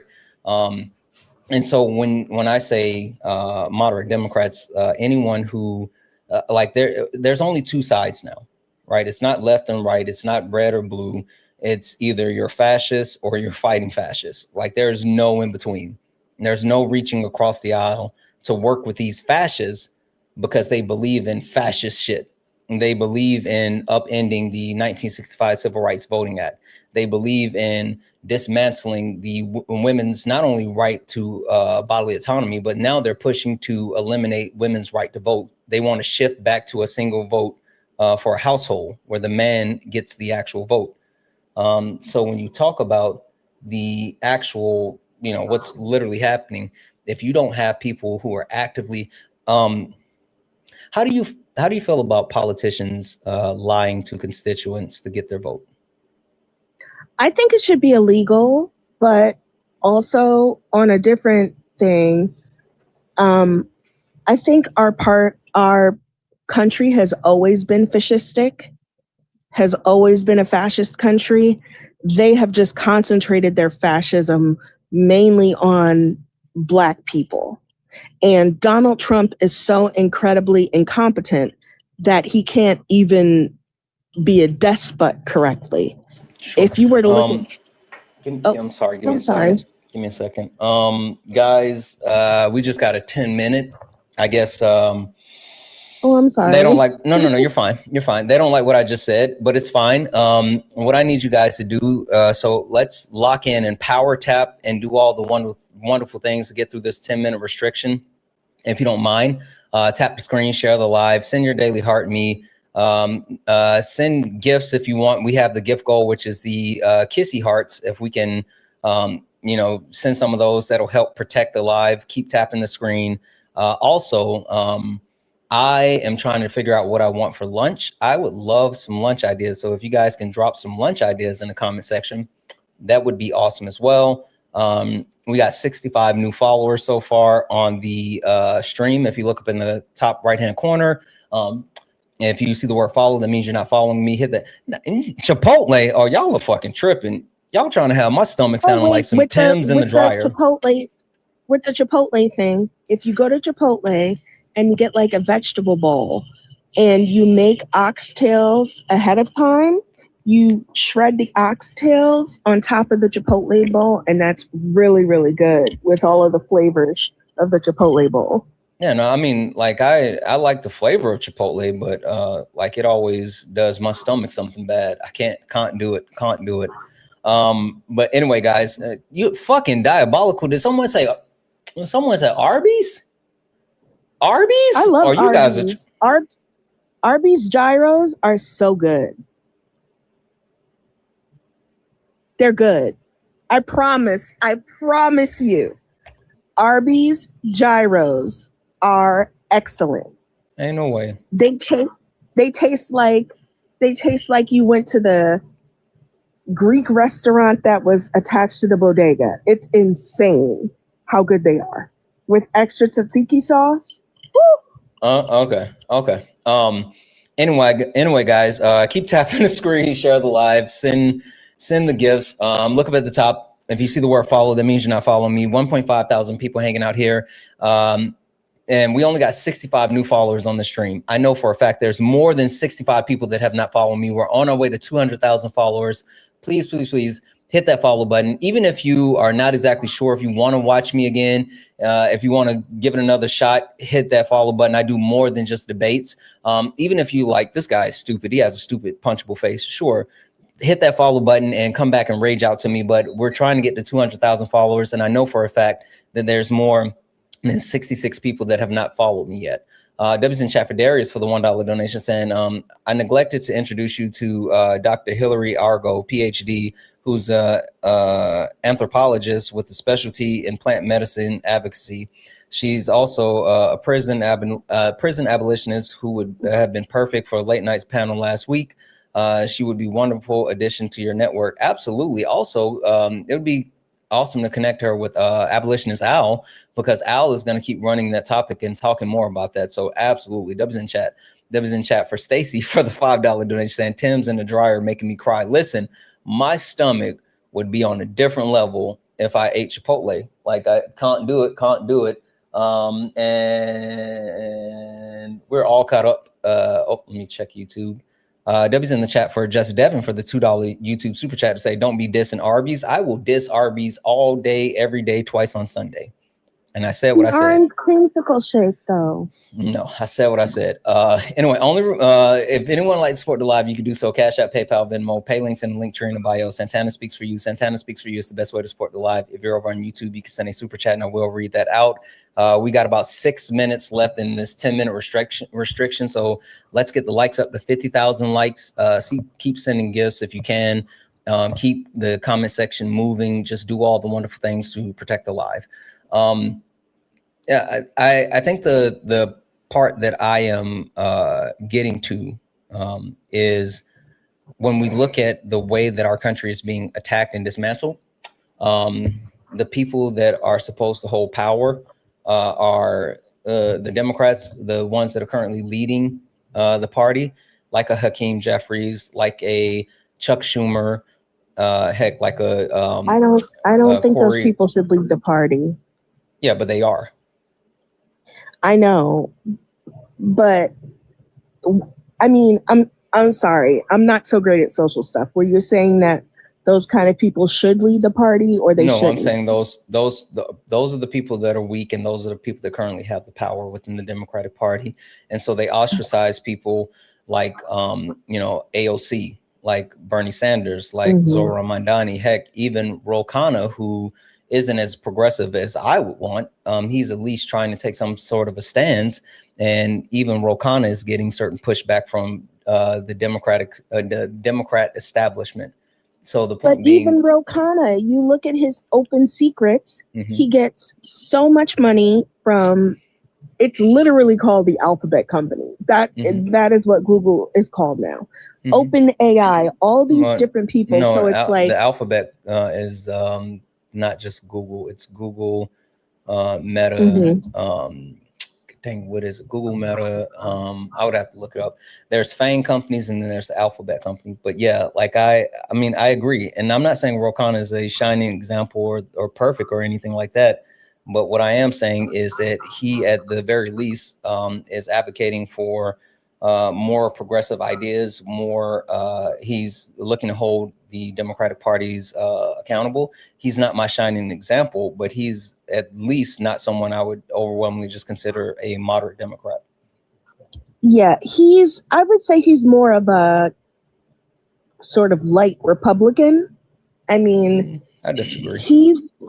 Okay. I think he's just willing to do things that keep his constituency happy, like the bread and circuses thing, and now bread and circuses for us is like healthcare and all that kind of stuff, low cost housing. But I just sort of, and this could be a really emotional response, but when I think of a modern Democrat, I think of like a moderate Democrat. I apologize. I think of like a Black church lady. And I wonder if, the people that go to the NAACP meetings, the people who bring people food when they need it, the people who vote all the time, who I was trained by. I was trained by my great-grandmother and my grandmother and my mother to always vote no matter what, no matter how frustrated you feel.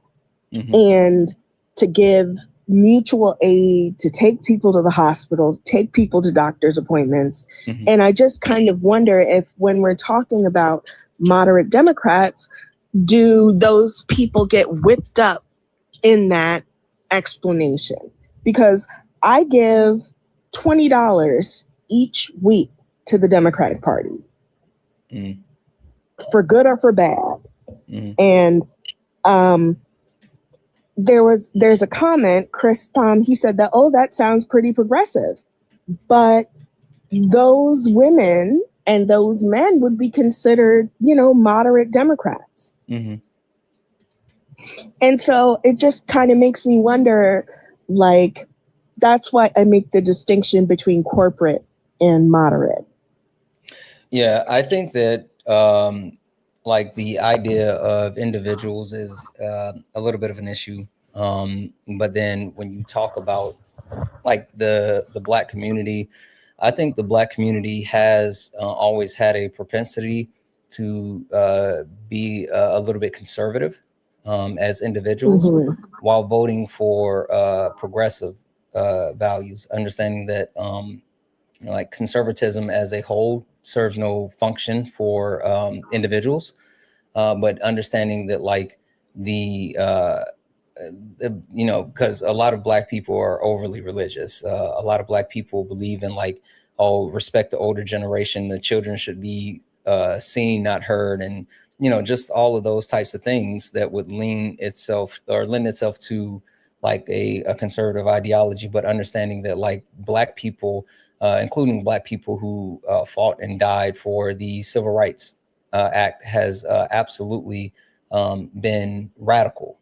Right. I mean, like they literally were willing to give their lives for their beliefs.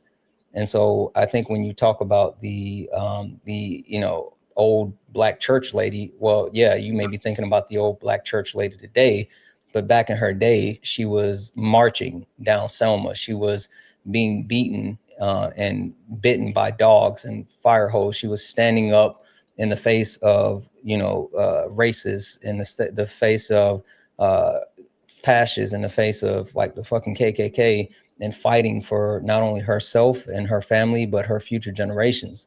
So your idea as far as like moderate Democrats today, when you think about like our elders who is their time to rest, while they may still lean on like more conservative ideology because they look back and say, well, I don't necessarily agree with pushing things so far ahead. If you take a look at the time that they lived in, they believed in those actual revolutionary type actions. And it's our responsibility to look at the future because they can't see the future anymore. I mean, let's be honest, the older people can't see the next generation because, they fought for those generations and they can see today and they can see what's in front of them. But it's our responsibility to pick up the baton and push it even further. We should be fighting for all the progressive actions. We should be fighting for universal health care, free public option for school. We should be fighting for paid parental leave. We should be fighting for guaranteed food securities, higher federal minimum wage, ranked choice voting, like an elimination of like different forms of the prison system. Like there's so much, and we have to actually do the things. And it would have been, a whole thing when they were when they were in their heyday, and now it's time for us to push that further. So I think your conception of like a moderate Democrat, when you classify it as like an old Black lady that goes to church, I think it's a little different. Yeah, I mean, maybe that was oversimplified, but also I think people in our age group who are Black are dealing with the fact that we have to do this somehow. I mean, I don't know how we're going to do it, but we have to do it. Stop somehow. Acquiescing to fascists. Yes. Stop voting and for people who will accept fascists, who will break bread with fascists, who will say that we need to compromise with fascists. I mean, hell, if you can't call Donald Trump and his administration a fascist regime, then that's a non sequitur. If you can't admit that there's a genocide occurring in Gaza, in the Congo, in Eritrea, then that's a non sequitur. If you can't admit that like the prison system within the United States disproportionately disenfranchised Black and brown people, then that's a non-starter. Like we have to, like if we're going to put our support behind certain people, then it have to be people who are willing to actually fight. And so we need to do things like, instead of in Texas voting for fucking James Tellerico because he's a white Christian man, we need to vote for people like Jasmine Crockett, who is willing to stand up and fight fascists instead of just saying like, hey, I'm palatable. I mean, I definitely agree with you, but I think we need to start at the pinpoint, which is that this country has always been fascist. This is not a new development. I don't agree with the country has always been fascist. I think the country it was founded on racism, sexism, and classism, but I wouldn't say that that was fascism. I mean, especially when you take a look at like the creation and inception and development of fascism. I mean, the best focal point to start is with Mussolini. And of course, we know Mussolini came after the creation of the country. I get your premise. But I disagree with what you're saying. I think, well, fascism, it doesn't depend on a number. It only, what do you mean? Well, if you look at how our people were treated, if you look at Jim Crow, if you look at post-Reconstruction and everything, you can look and see that that is fascism. But the leaders at the time... that's racism. There's a difference between racism and fascism. What do you know what fascism is? Well, I think I know what it is. I mean, I've read a lot of books on it, and that is why I think that what Black people were experiencing wasn't only racism. Of course it was racism, but I think it was also fascism. So just to clarify, fascism is a far-right, authoritarian, ultra-nationalistic political ideology characterized by dictatorial leaders, centralized autocracy, militarism, forcible suppression of opposition, and strong regimentation of society and the economic. And so when you talk about how what fascism is and then how it actually presents itself, fascism or fascists are outlined by the 14 tenets of fascism. And the 14 tenets of fascism highlights the things that they look to do and implement, including powerful and continuing nationalism, disdain for the recognition of human rights, identification of enemies / scapegoats as a unifying cause, supremacy of the military, sexism. That is what we went through. Like, we were only 15, you can say at any given time, we're only 13 to 19% of the population. It doesn't matter that you're implementing these rules and laws on 13 to 19% of the population. It's still fascism. Yeah, I think what the point that I'm trying to get across is what has happened to Black people throughout the diaspora since the creation of race, it far exceeds fascism. And saying that, fascism is what happens, reduces what actually happened to Black people down. That's like saying, if someone, shot you in the arm and you just say, oh, yeah, you cut me. Like, no, you got harm, but it's way bigger than a cut. So saying, and I think that Black people suffer from that too, feeling, just taking the huge giant wound as a cut, because that is what we're sort of brought up to do. Like, you got to get over it. You have to go forward. You have to plow. And I think before we do anything, we have to bring ourselves out of I won't say authoritarianism because that's leftist, but I'll say out of fascism. Authoritarianism is a right-wing ideology. Not like literally, that's part of the definition of fascism. Fascism is far right authoritarian, ultra-nationalistic political ideology. But the point that I'm saying is like, I mean, again, if you want to talk about Black people specifically, then we have to talk about race, white supremacy, and then also the abolishment of whiteness. If you want to talk about the governmental structure with political ideology, then we have to talk about fascists and the authoritarian or dictator regime that they're looking to install. Again, I hear what you're saying. I think you may be conflating the two a little bit and kind of crossing it, but like saying that, oh, what Black people was dealing with was fascism. Like, again, that's watering down what the atrocity of racism. Do you know why race was created? Yes. Why? I mean, so many. If we look at the history, we look at the Catholic Church's proclamation of race. One can say that it was made solely for economic reasons, and then another can say it was made purely for societal reasons. But the fact is that we are here now, and what I'm saying is that Black people, it seems like we're the only ones willing to do something. We're the only ones willing to confront the issue for whatever reason. And we're here. I'm trying to figure out what to do. You know, I'm only one person. You're only one person. But we're here now, and I don't know what to do. That's the biggest part. Yeah, stop supporting any people who refuse to fight fascists. Exactly, but everyone refuses to fight fascists. That's not true. I mean, you have people who are openly fighting against fascists and calling them fascists and making sure people understand what's happening within the regime. Like do you know why like Donald Trump's current approval rating is such a big deal?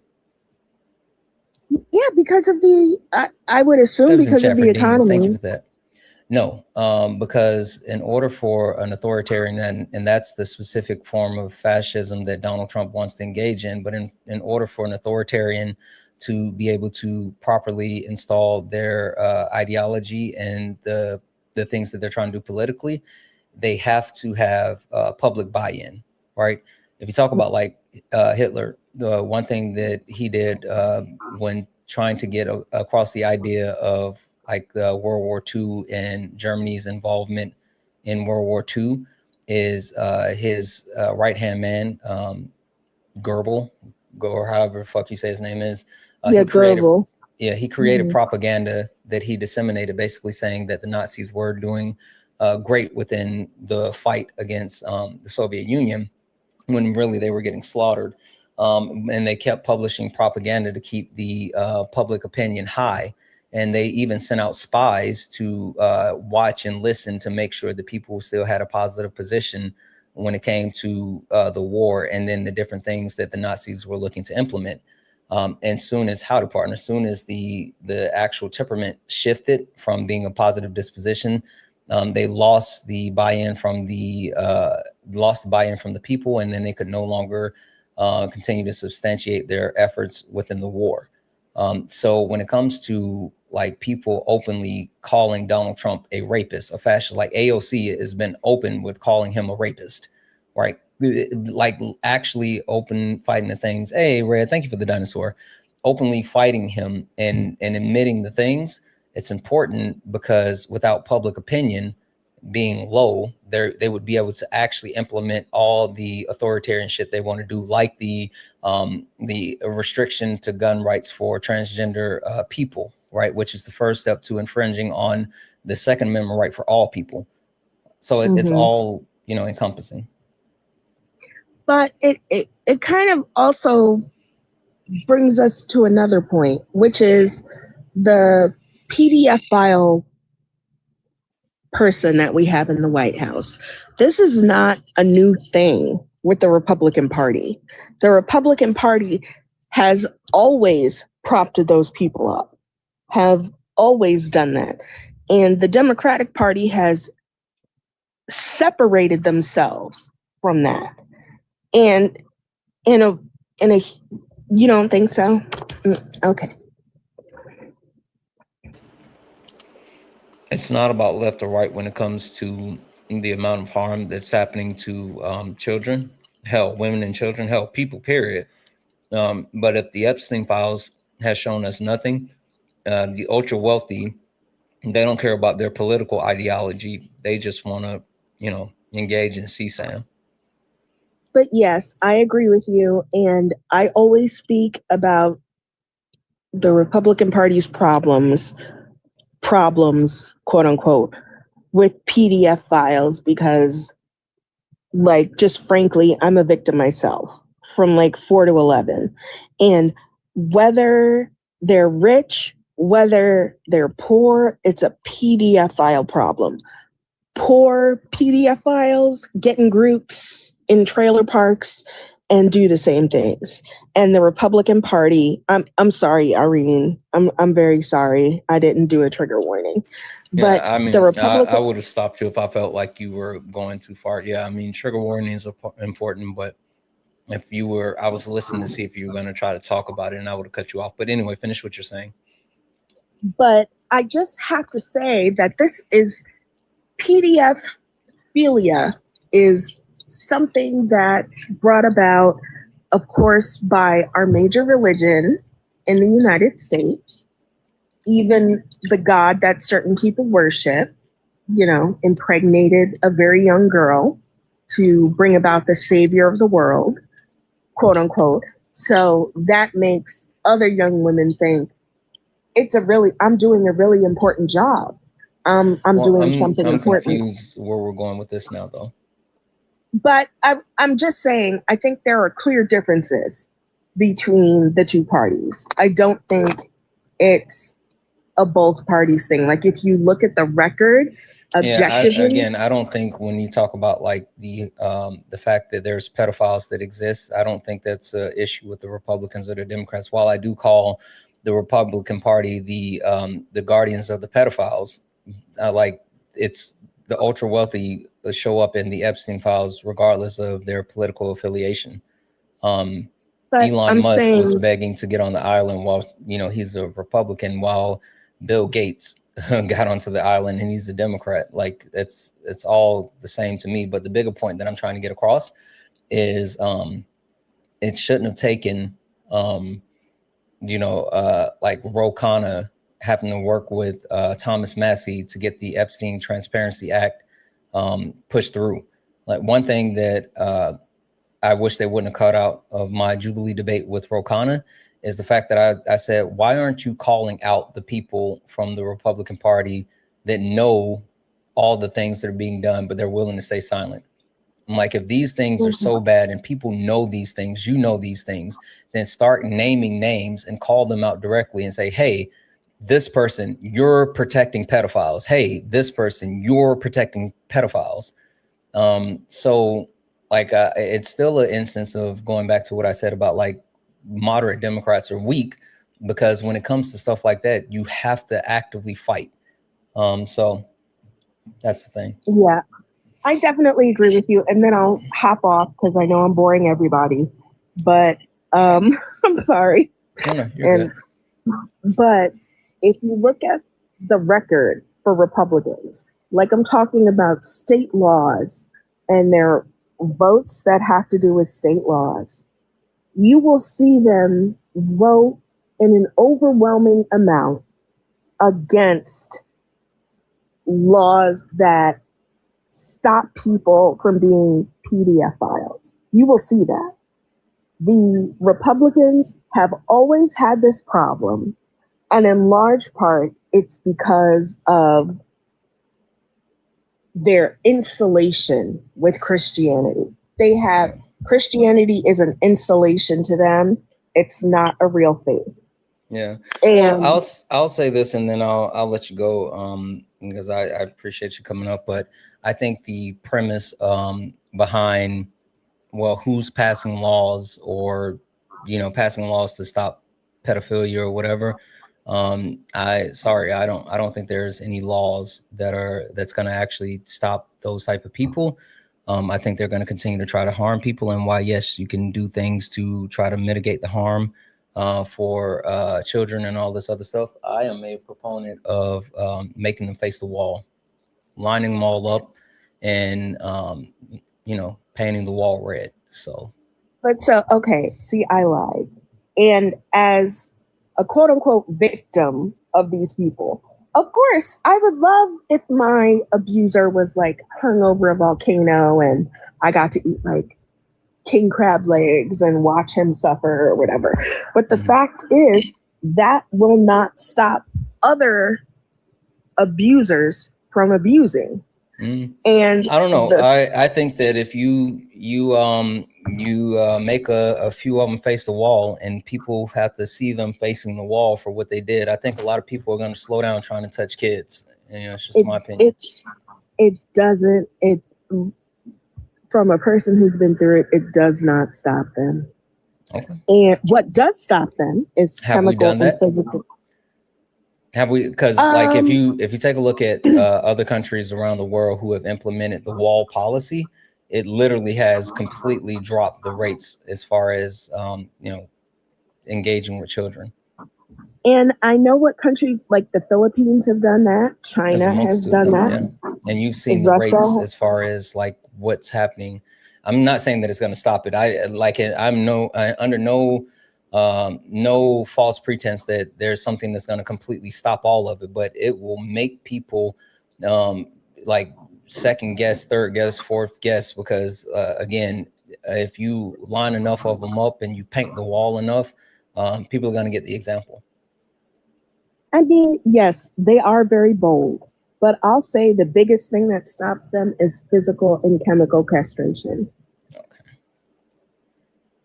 Okay. Yeah. Instead of that, I've just rather, yeah. I mean, you're talking about like, oh, don't let them, you know, sure, castration, and then they continue to live on. No, fuck that. That's it. Do not pass go. Do not collect $200. Turn in your Letterman jacket. You're done. You're done. Anyway, listen, thank you for coming up. I appreciate you, but I'm gonna go ahead and drop it down. Thank you for having me. I appreciate it. Absolutely. Thank you.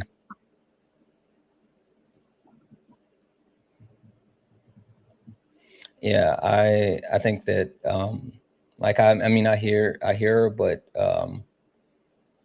no, fuck that wall. I think castration is letting them off easy. Wall immediately, expeditiously. This bozo says Trump train. Ozzy Bino says Trump train. Trump these nuts in your mouth. Boom, you're muted. W's in the chat for Allison for the $1 donation saying, you know, you want some tamales, Santana. I actually maybe do, but like homemade tamales are actually better. So W's in the chat for Trisha for the $10 donation saying, how do we get the right and the moderates to look forward at not voting for Trump supporting politicians? We have to fight for only 2 terms of Trump, not worry enough about those voting against the MAGA pretzels, the JD Rubio Johnson. Yeah, I think the issue is on the Democratic Party. And this is the problem that I've said about the Democratic Party. While they're going to fall ass backwards into power, which like makes my ass itch, them falling like ass backwards into power, they're not doing anything to benefit everyday Americans. And that's like my biggest fucking problem. They should be finding things to bring people to the left instead of just waiting for power to fall in their lap. And I have such a huge problem with that. So Dubs in chat for Kelly for the $5 donation saying from the United States Counterterrorism Strategy Guide. Currently, we're facing 3 major types of terrors: narco-terrorism and transnational gangs, legacy Islamic terrorists, and violent left-wing extremists, including anarchists and anti-fascists. Yeah, Antifa. Antifa is categorized as terrorist groups by the Trump administration. The symmetry breaker for that one is fascist, right? If Antifa is anti-fascist, meaning they fight fascism, they literally fight fascism. The opposite of Antifa, the anti-fascist, is the fascist. And my point is always, who would deem anti-fascists as bad guys? That's fucking fascist. Only fascists would say that anti-fascists are terrorists. So if you're someone who's saying Antifa is a terrorist organization, I'm sure they are, because Antifa terrorizes the fuck out of fascists. You're a fascist, bub. You're a literal fucking fascist. So Debbie's in the chat for the donos there. Debbie's in the chat. Oh, looks like we're all caught up on Twitch. I think we're all caught up across the board. Debbie's in the chat for the chat. Guys, I am going to call it here. We're almost at 4 hours, but I'm gonna call it here. Send you guys over on a raid to Dean. I'm gonna go hang out with Dean for a little while before I call it for the day. I got about an hour and then I have to get ready to leave. I'm going to an eye appointment. Got to get my eyes checked and gonna get some new contacts and all that other good stuff. I am done for the day, guys. Sorry. No debates this evening. So I'll see you again tomorrow. So we're gonna go ahead and call it. Like I said, go over to Dean, Santana raid, spam love from Santana, and I'll be on in just a few. I'll see you guys when I get over there. Let's go ahead and hit this outro. Let's go. You stepped in a box, now you're in the ring. Ain't no hugs here, you better take your best swing. Mike Hot, who wanna step in the flame? This ain't a debate, this a mind game. Facts type lies, get left in shame. One wrong word, get slapped out your name. This ain't TikTok T, this a war zone talk. No script, no filter, no safe walk. Bring stats to get scrambled like a glitch. I got fire in my mouth like I came from the pit. Hey, Dubs in the chat for the chat. Guys, thank you for hanging out with me this morning. This was fun. I appreciate the HE double hockey stick out of all of you. I do. I sincerely do. Thank you for all being amazing today. Like I said, head over to Dean. I think he's on DNC Dean, or is he on his main? He's on one of the two. He might be on his main. He might be on DNC Dean. Anyway, go over, show him some love. I'll be in there soon. And I'll see you guys. Thank you for all the gifts, the taps, the likes, the shares. Thank you all for hanging out. Thank you all for being absolutely amazing. I'll see you all tomorrow. And as always,